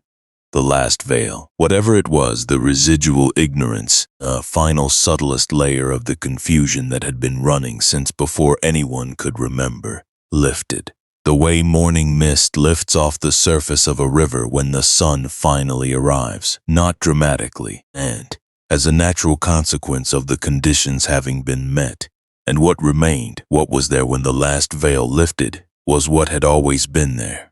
Not something new, not something created by the practice or earned by the endurance or produced by the years of searching. Something uncreated, something that had been present in every lifetime the first watch had revealed, in every moment of the second watch's chain, underneath every component of experience that the third watch had investigated and found to be impermanent and selfless.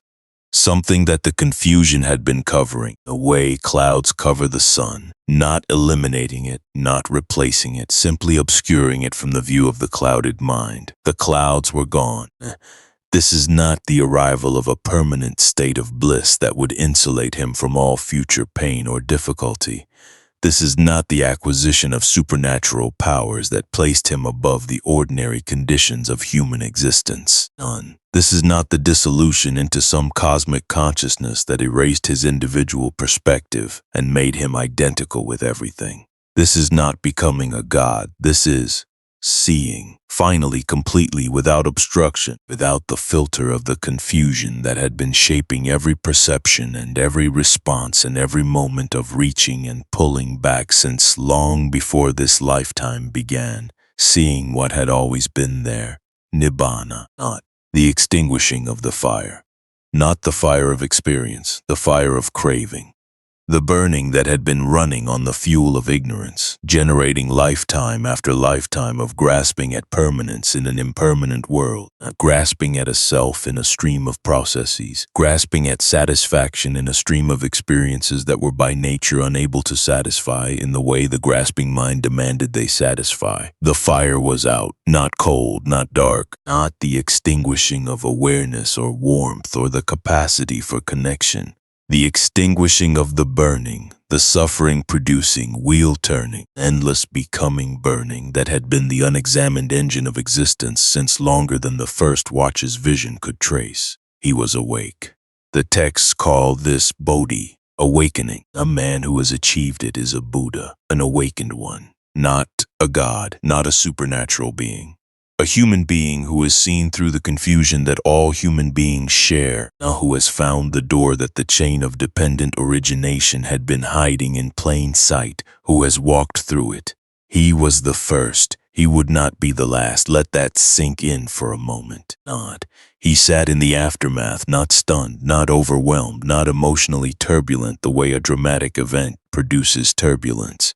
Something more settled than any of those things. The equanimity of a mind that has found its natural resting place. The way water, when it finally finds level ground, simply rests. He did not move for a long time. Odd. The star called Venus appeared on the eastern horizon, the morning star, the last star before the dawn.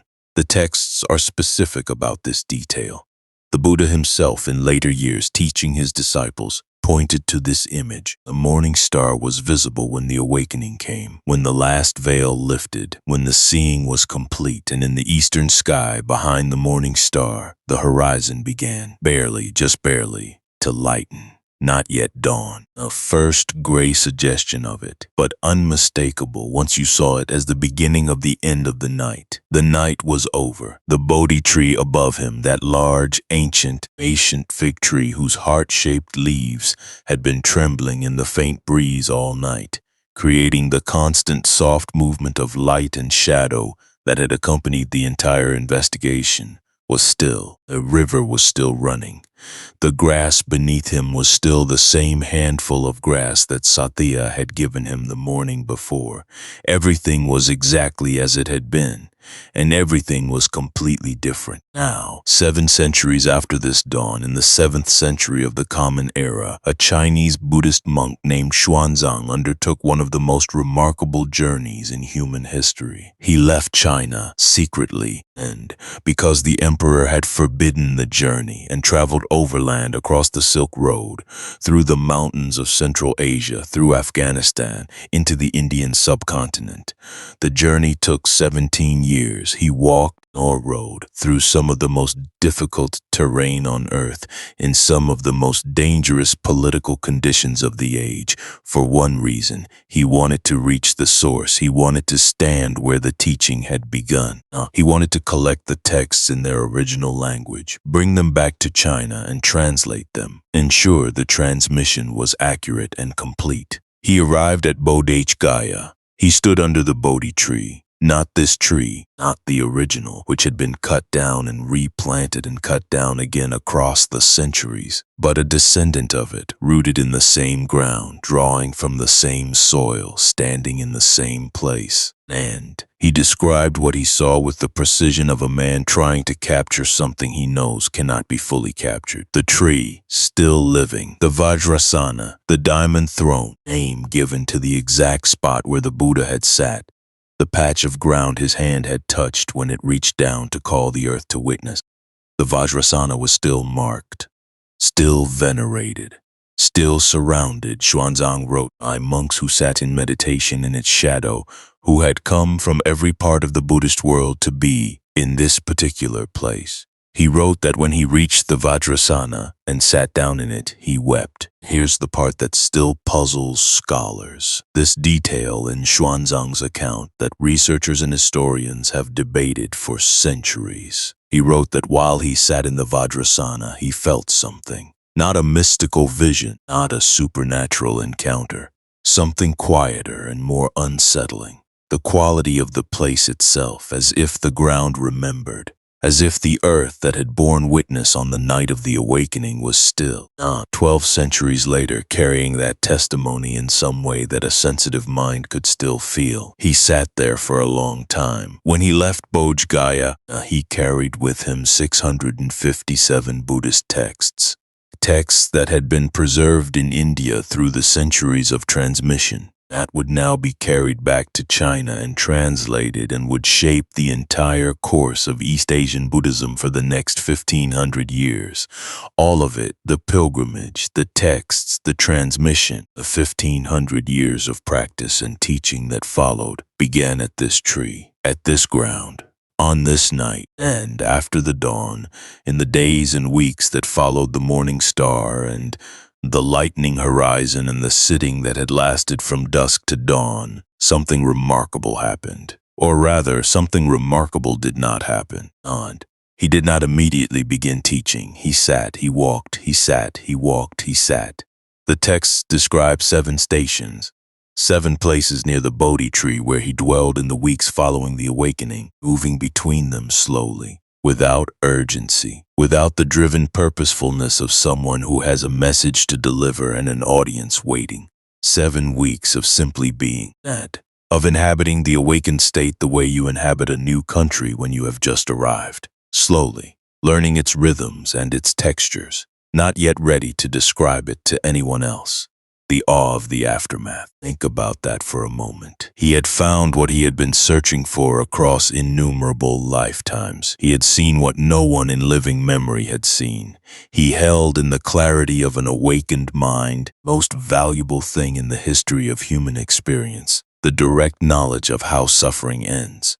And he sat quietly by the river for 7 weeks, not because he did not care, not because the suffering of the world had become irrelevant to him, but because something in him understood, perhaps as the first direct consequence of the seeing itself, that what he had found was too important and too subtle and too easily misunderstood to be rushed. That the translation of direct experience into transmissible teaching required a care that haste would ruin. That the world's suffering had been turning the wheel for a very long time and could wait 7 more weeks for the person who had found the off switch to be ready to explain where it was. He walked under the tree, and he looked at the tree for 7 days without blinking. This detail in the text always arrests me. The image of a man standing at a respectful distance from the tree that had sheltered him through the longest night, not simply looking at it, not worshiping it, not performing gratitude, simply looking. The way you look at something that has been part of the most important thing that ever happened to you, with the full force of an attention that does not need to add anything to what it sees, and then,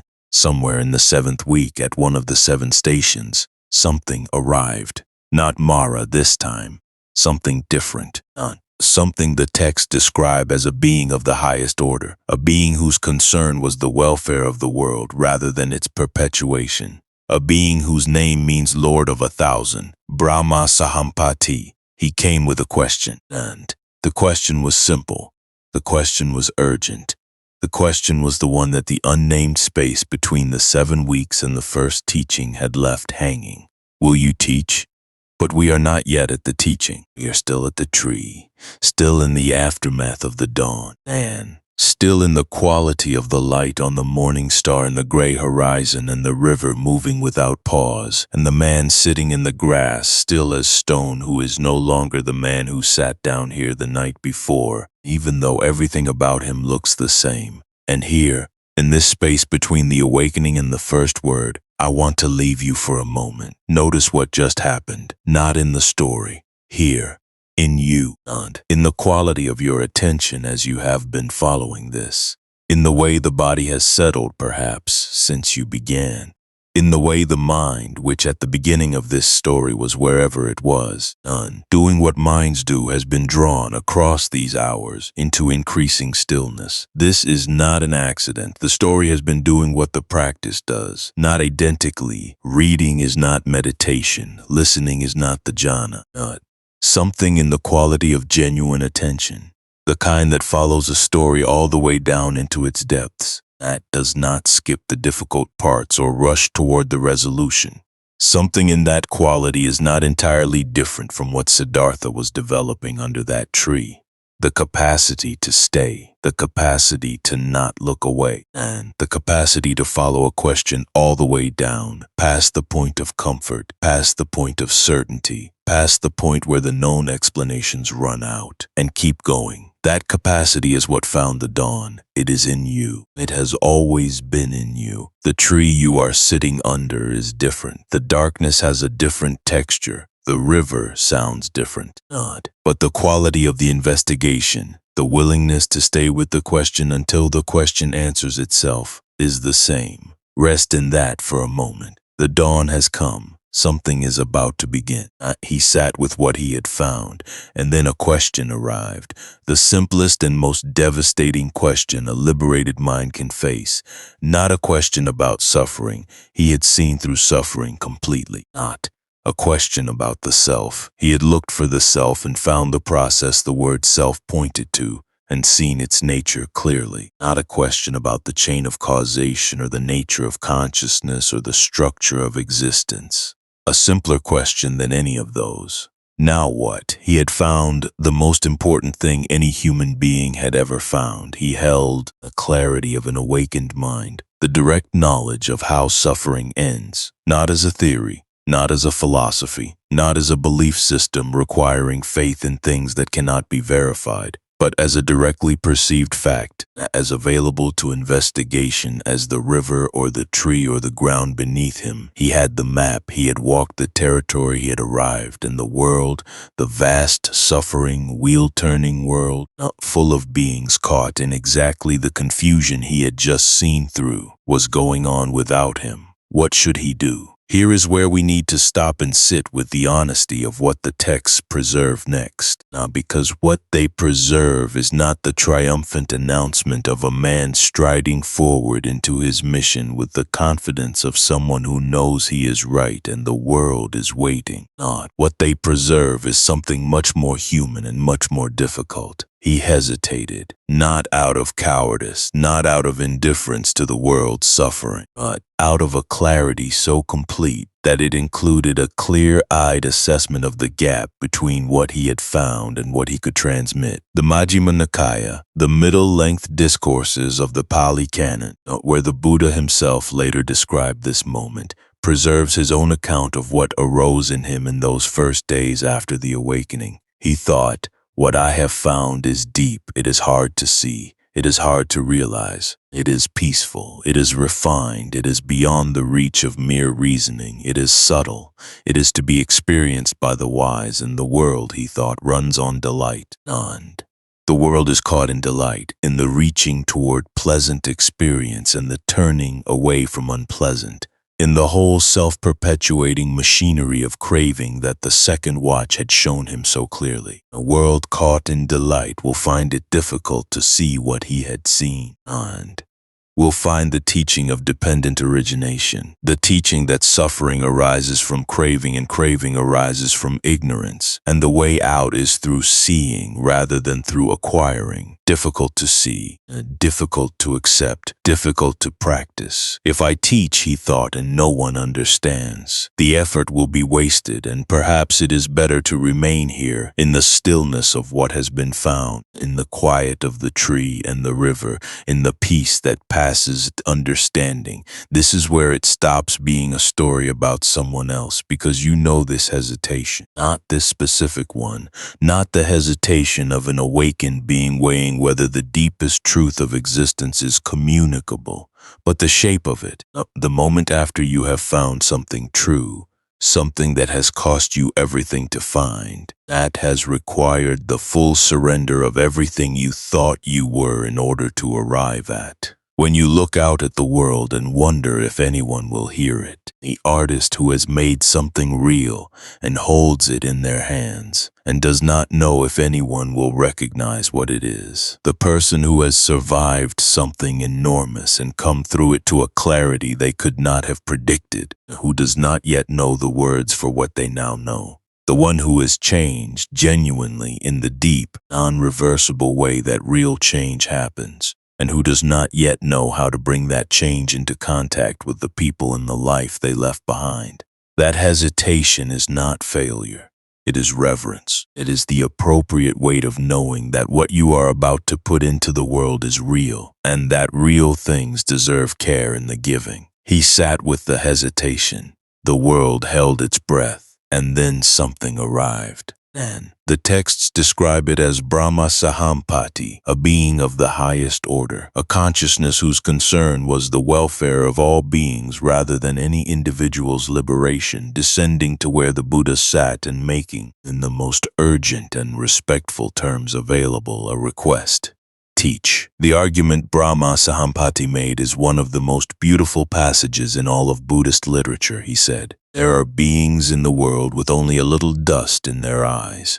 If they do not hear the teaching, they will be lost, not because they cannot understand, but because understanding requires a catalyst they have not yet encountered.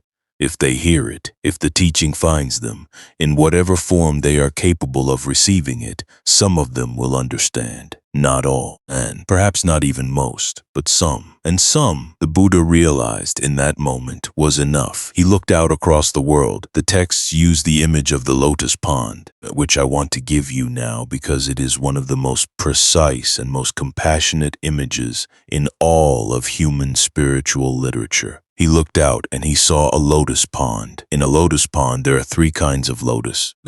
Some are deep in the mud at the bottom, so deep, so thoroughly embedded in the darkness of the pond floor that no light reaches them. They are not ready. They cannot yet begin the movement toward the surface. This is not their fault, and it is not a judgment. It is simply where they are in the process of their own becoming.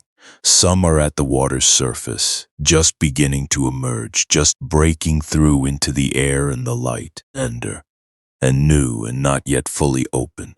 They are ready. They are on the very edge of understanding. A single word, a single teaching given at the right moment in the right way, none, will be enough to complete what is already almost complete. And some are already blooming, already above the water, already open, already in the light. These beings are so close to understanding that the teaching, when it reaches them, will land like a recognition rather than a revelation, like the answer to a question they have been carrying without knowing quite how to ask it. He looked out and saw the lotus pond, and he saw that the world was full of lotuses at every stage, full of beings with only a little dust in their eyes, full of people who were, at this very moment, in their own versions of the palace and the river and the forest and the tree, carrying the question without yet having the language for it, feeling the hum of dukkha underneath their perfectly arranged lives, watching the old man on the street and feeling something break open in them, waiting without knowing they were waiting. He made a decision. He would teach.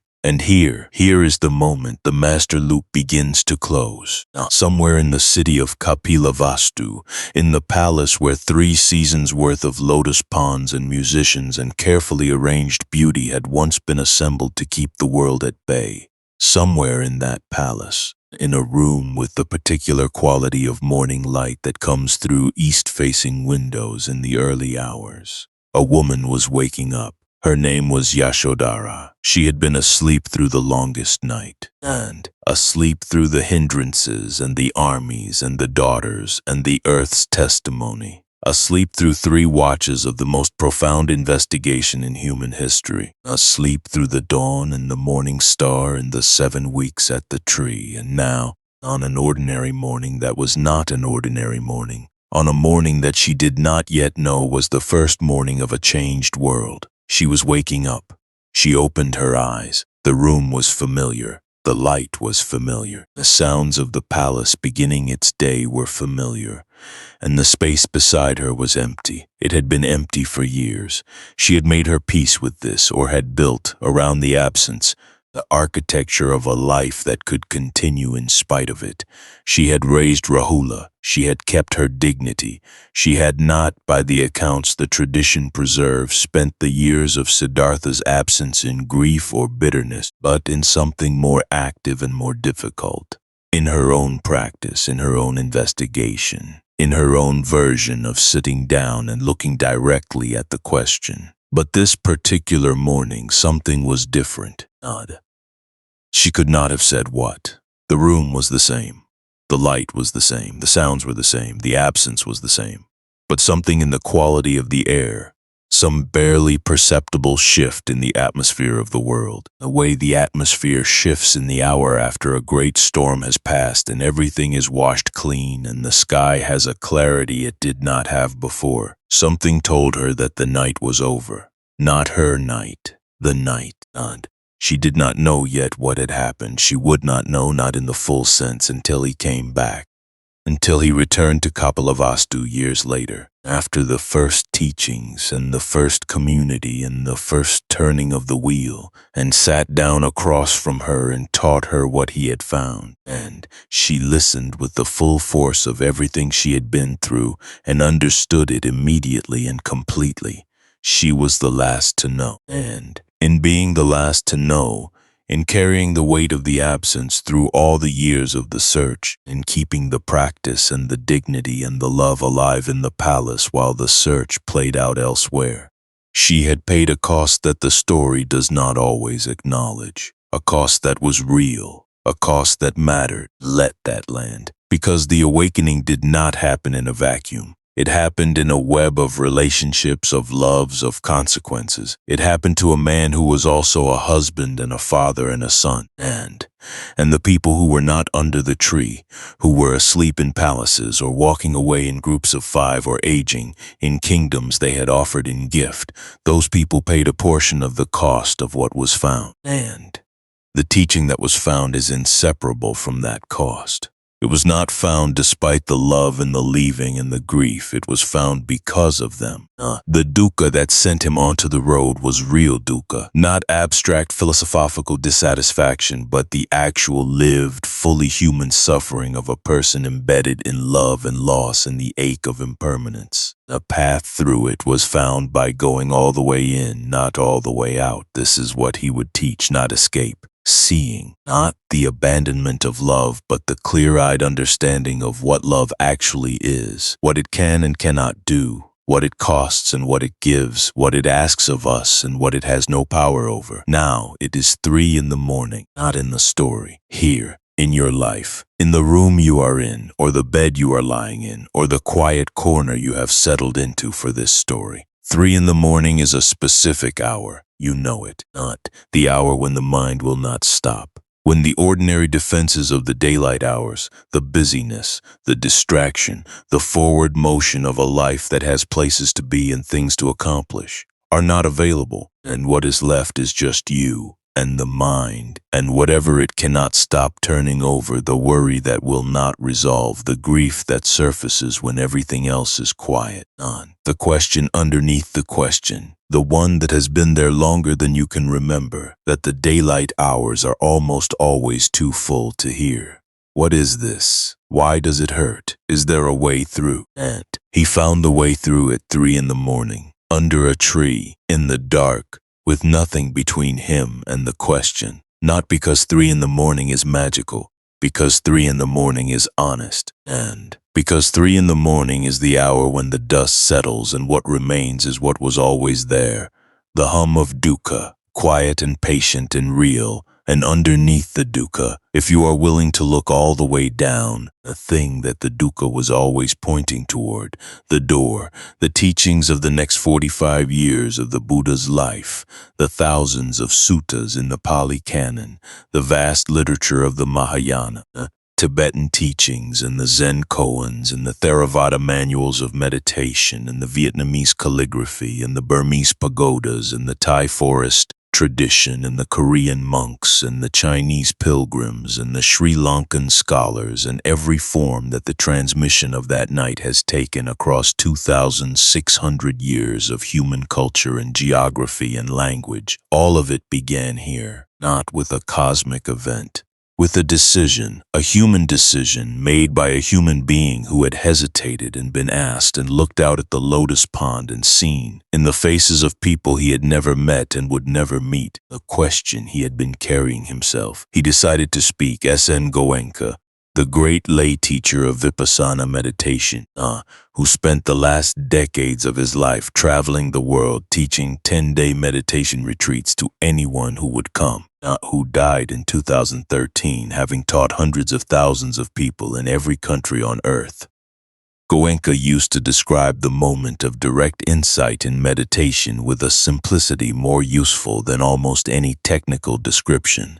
He said, "You know the word fire. You can say fire, you can read about fire, you can study the chemistry of combustion, you can look at photographs of fire, you can hear people describe what fire feels like. None of that is the same as putting your hand near the flame and feeling the heat directly. The teaching," Goenka said, "is not fire. The teaching is the finger pointing at the fire. At some point, you have to stop looking at the finger and look at what it is pointing at." He sat under this tree. He felt the heat directly, and now he was about to point, and he was about to stand up from the grass seat and leave the tree and walk toward Varanasi, toward the deer park at Isipatana. where 5 men who had walked away from him in disgust were still practicing their austerities and still waiting in their way for the thing they had given their lives in pursuit of. And he was going to find them and sit down across from them and begin the first teaching, the first turning of the wheel, the first time the words entered the air and traveled from one human mind to another, the beginning of everything that followed. If this story has found you tonight, if it has reached the place in you where the real questions live, share it with someone who needs it. Leave a comment. Tell me, what does 3 in the morning ask of you? What is the question underneath your questions? I read every word and some of them change me. The road to Varanasi is ahead. The 5 companions are waiting. The wheel is about to turn. The sun rose on. And the world, the ordinary world of rivers and roads and morning fires and children waking and merchants opening their stalls and farmers walking out to their fields in the early light.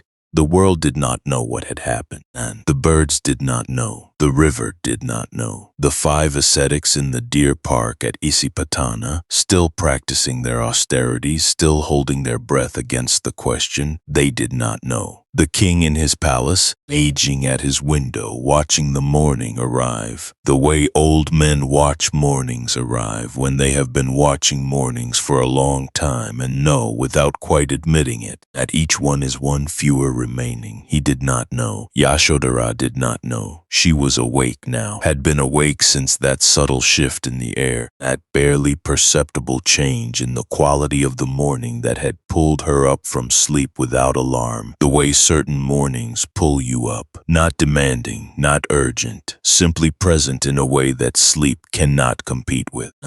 She went about her morning. She tended to Rahula, who was no longer an infant. The years had moved while Siddhartha was searching. As years move, whether or not the people inside them are paying attention, and the child who had been sleeping in her arms on the night his father stood outside the door and could not bring himself to enter, was now a boy with his father's eyes and his mother's steadiness, who would one day become a monk and receive from the man he had never known as a father the teaching that had cost his family everything. She moved through the palace. The lotus ponds were still, and the musicians were not yet playing. Too early, the household not yet fully awake.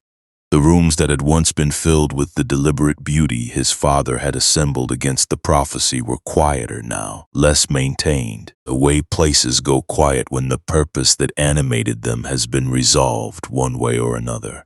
She walked to a window that faced east. The light was coming. She did not know yet what she was looking at. She did not know that the light coming over the eastern horizon was, in some way that was not mystical but was nonetheless real, the same light that had arrived over the Bodhi Tree at the end of the most important night in human history. She did not know that the man she had loved and lost and kept loving across the years of his absence had found, in the dark, a thing he had gone looking for. She did not know that the wheel had turned, that the teaching was about to enter the world, that the road to Varanasi was already under his feet. She just stood at the window, looked at the light.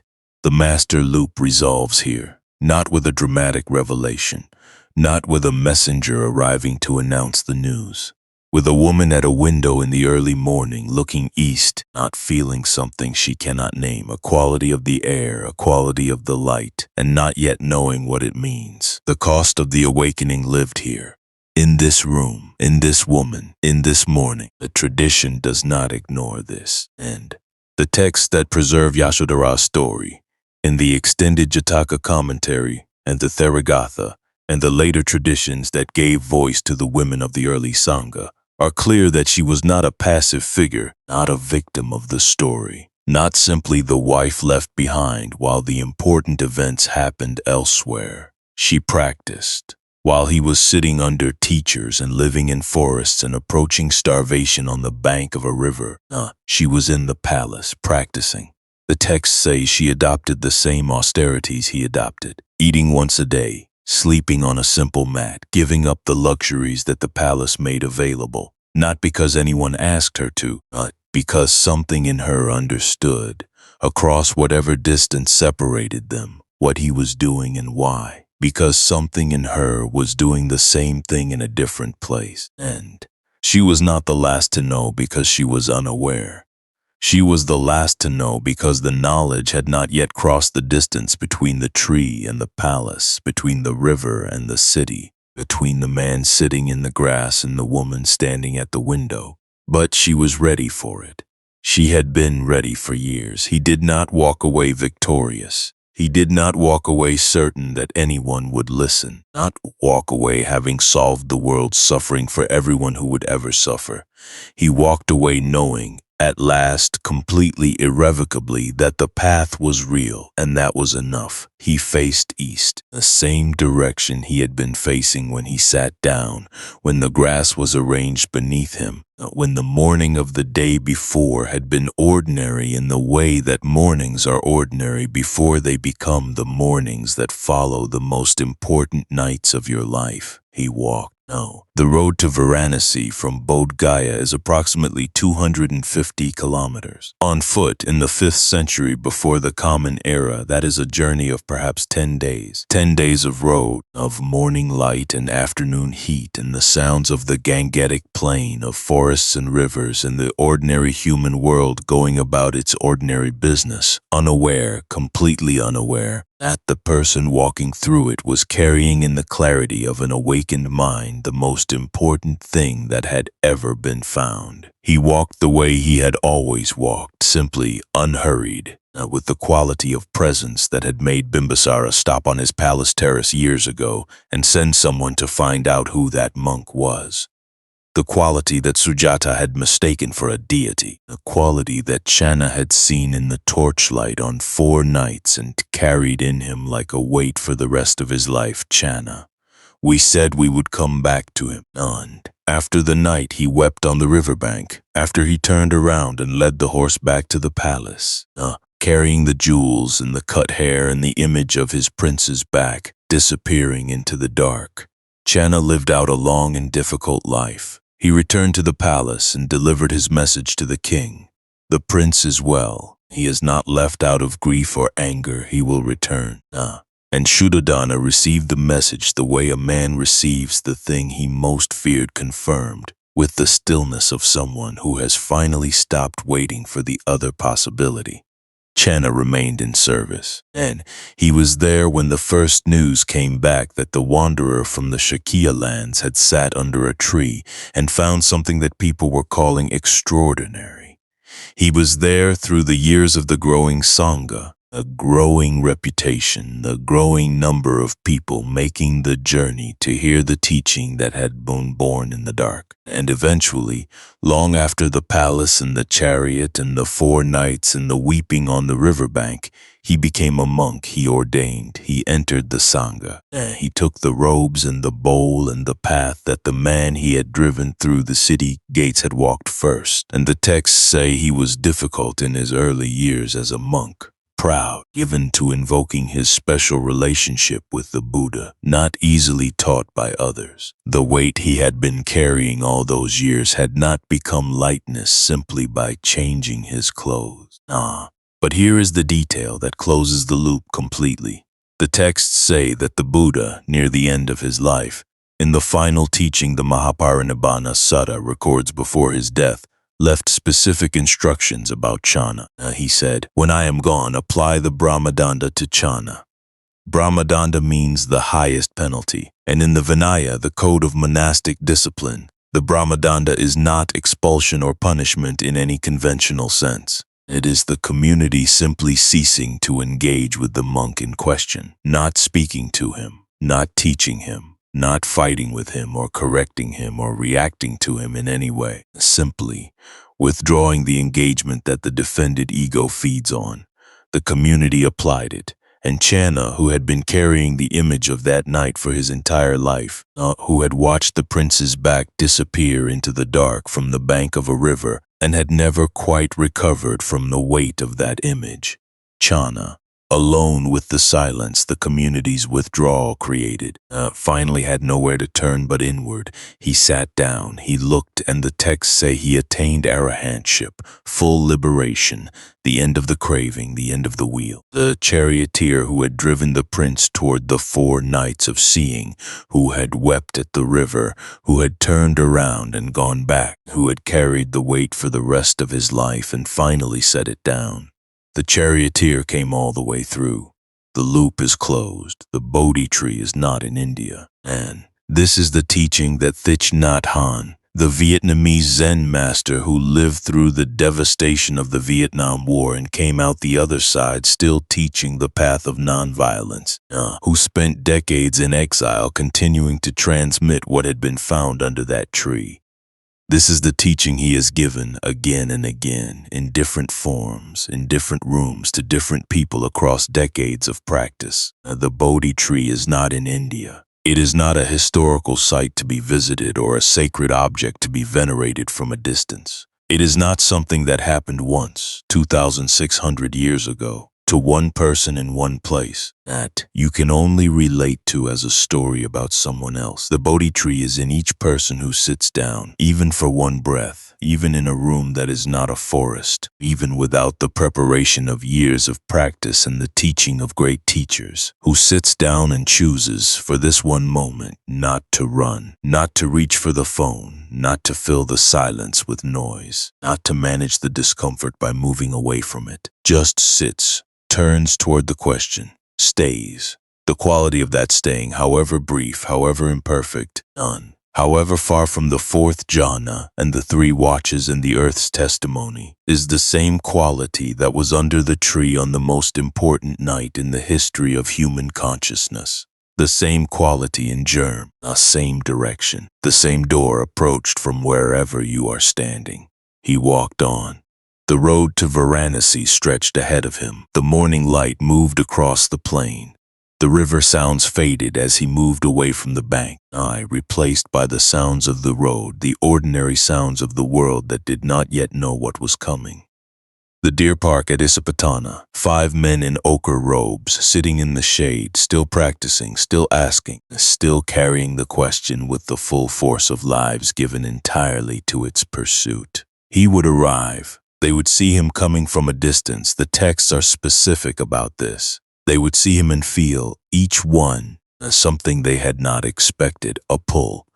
Something in the quality of his approach that was different from the quality of any other person walking down any other road. Not dramatic, not announced, just different, in a way that was not immediately nameable but was immediately felt. They had agreed among themselves not to rise when he came. To receive him as an equal, not as the teacher they had once followed and then rejected, and to maintain the position that a man who had given up the practice could not have found what the practice was looking for. One by one, as he drew closer, they rose, all 5, without deciding to, without agreeing to, simply rose. The way the body responds to something the mind has not yet processed, the way you stand up before you know why you are standing. He sat down across from them and he began. The first words of the first teaching, the Dhammacakkappavattana Sutta, the setting in motion of the wheel of the Dhamma, were spoken in the deer park at Isipatana in Varanasi in the 5th century before the Common Era, not to 5 people who had walked away from the man who was now speaking and had come, within the space of a single afternoon, to understand that they had been wrong about everything they thought they knew about him. Khandana understood first. The texts mark this moment with care. Khandana, the eldest, the one who had been carrying this prophecy for 30 years since the birth reading in the palace courtyard. Khandana listened to the first teaching and understood, not partially, not intellectually, directly in the bone, in the place where the real understanding lives. His face changed. The Buddha looked at him and said his name.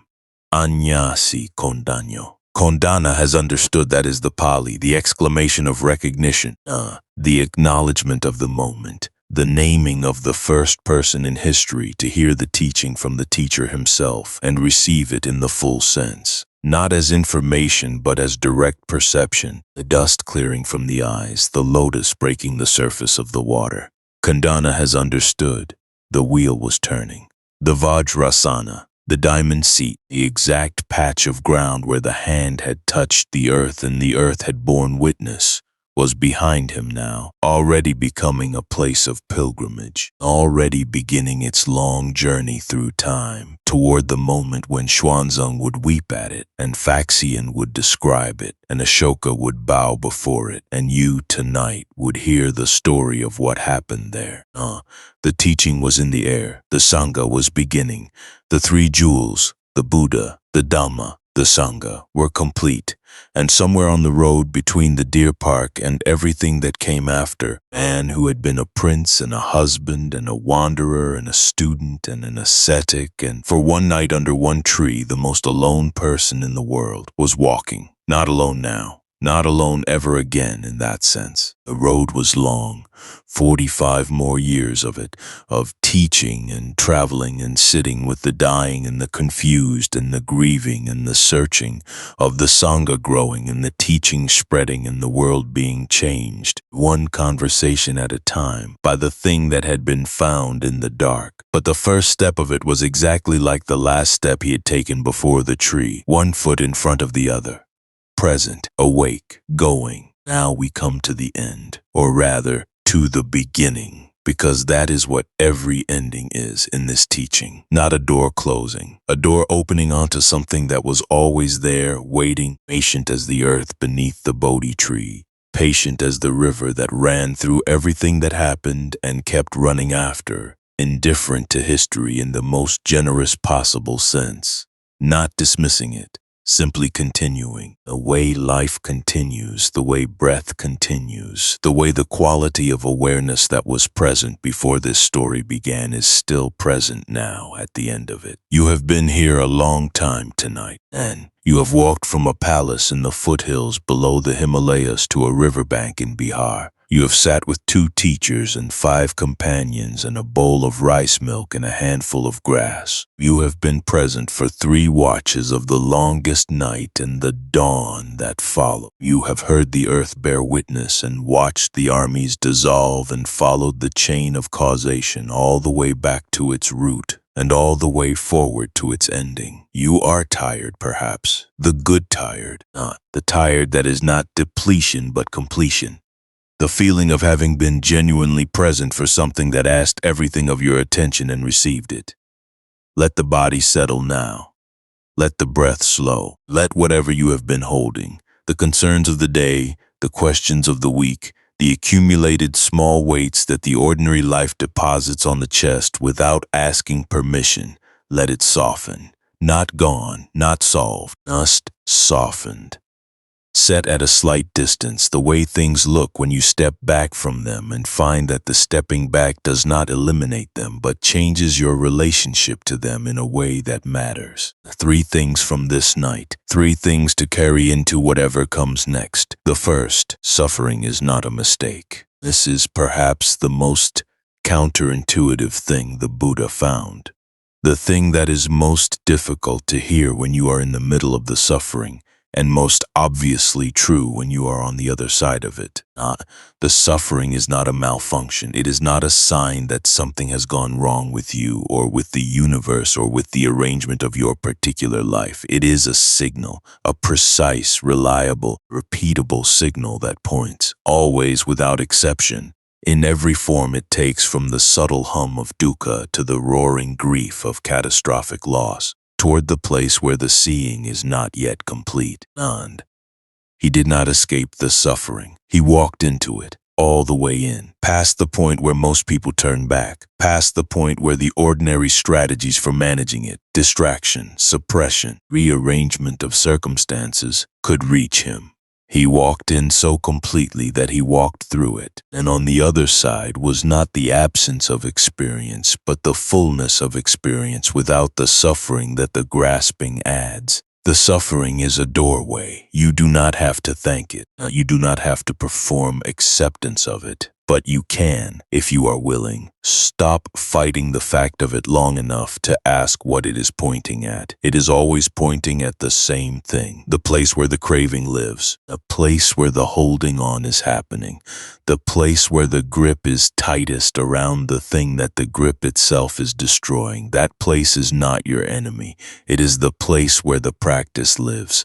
It is the place that, looked at directly, with the same quality of attention that a man brought to bear in the fourth jhana on the bank of a river in the 5th century before the Common Era, that place, seen clearly, is the door.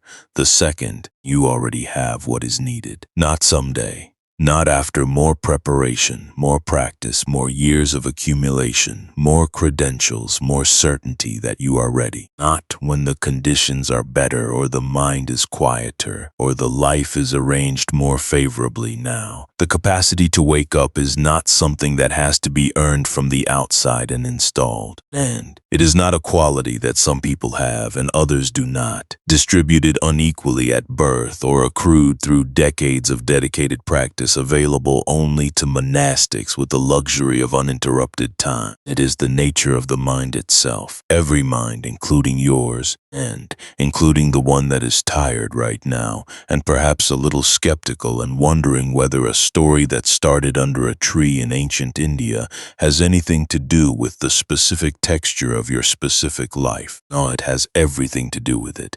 The rose apple tree is yours too. The moment of spontaneous stillness, the moment when the mind settles without being pushed, you have had this. Perhaps briefly.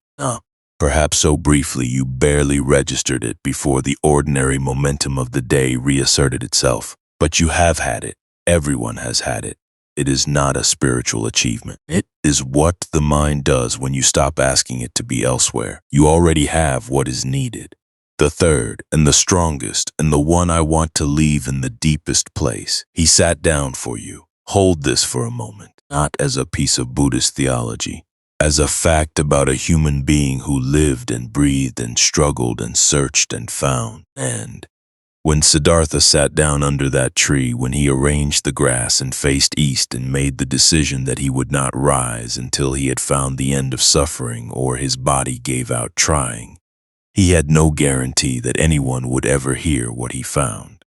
He did not know that Kandana would understand, or that Bimbisara would receive the teaching, or that Ashoka would build his hospitals, or that Xuanzang would walk 17 years across the roof of the world to retrieve the texts, or that Faxian would weep at the diamond seat, or that Ajahn Chah would sit in the Thai forest and translate the ancient stillness into the living language of the 20th century, or that S.N. and Goenka would carry the 10-day retreat to every country on earth, or that you specifically, in whatever room you are in tonight, on this particular night of your particular life, would be here, listening. He did not know any of that. He sat down anyway, and 2,600 years later, in the hours when sleep will not come, when the mind is loudest and the night is longest and the question underneath all the other questions rises to the surface and will not be argued away, his voice is still here, not because of magic, not because of the supernatural persistence of an enlightened being across millennia,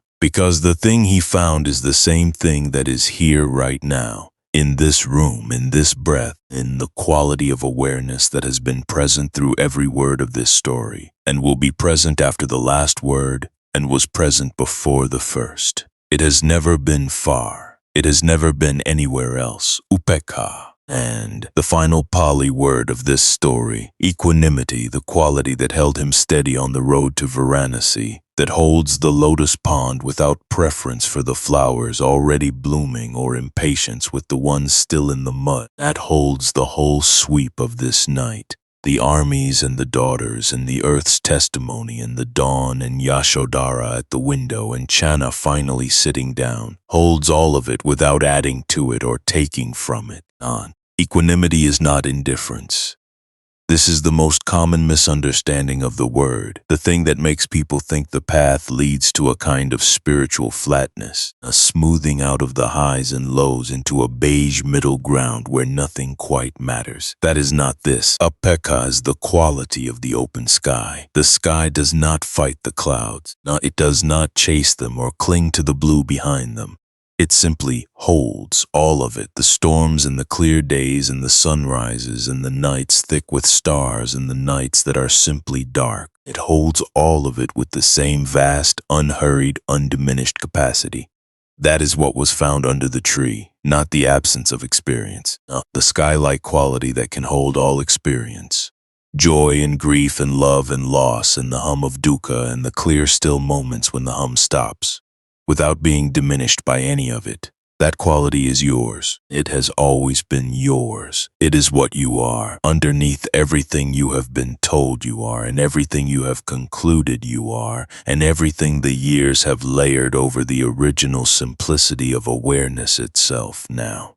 We have come to the end of the story, and the story is going to become something else for a few minutes. Not a story, not a teaching, something simpler than either. An invitation, an open door. You do not have to do anything. You do not have to achieve anything or understand anything or be anywhere other than exactly where you are. You can simply be here, in the body, in the breath, in the room. Let the eyes close if they are not already closed. Let the breath be whatever it is, not controlled, not manipulated, not made into a meditation object through effort or discipline. Just notice, the way you notice a river when you stand beside it, not managing it, not improving it, simply aware that it is there and that it is moving and that its movement is entirely its own.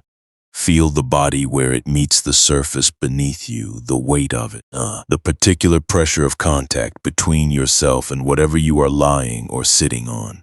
This is the earth bearing witness, not dramatically, not cosmically, simply in the most ordinary and immediate way. The ground is here, the body is here, you are here, that is enough. The breath moves in, feel it arrive, not as a concept, not as the word breath, but as sensation.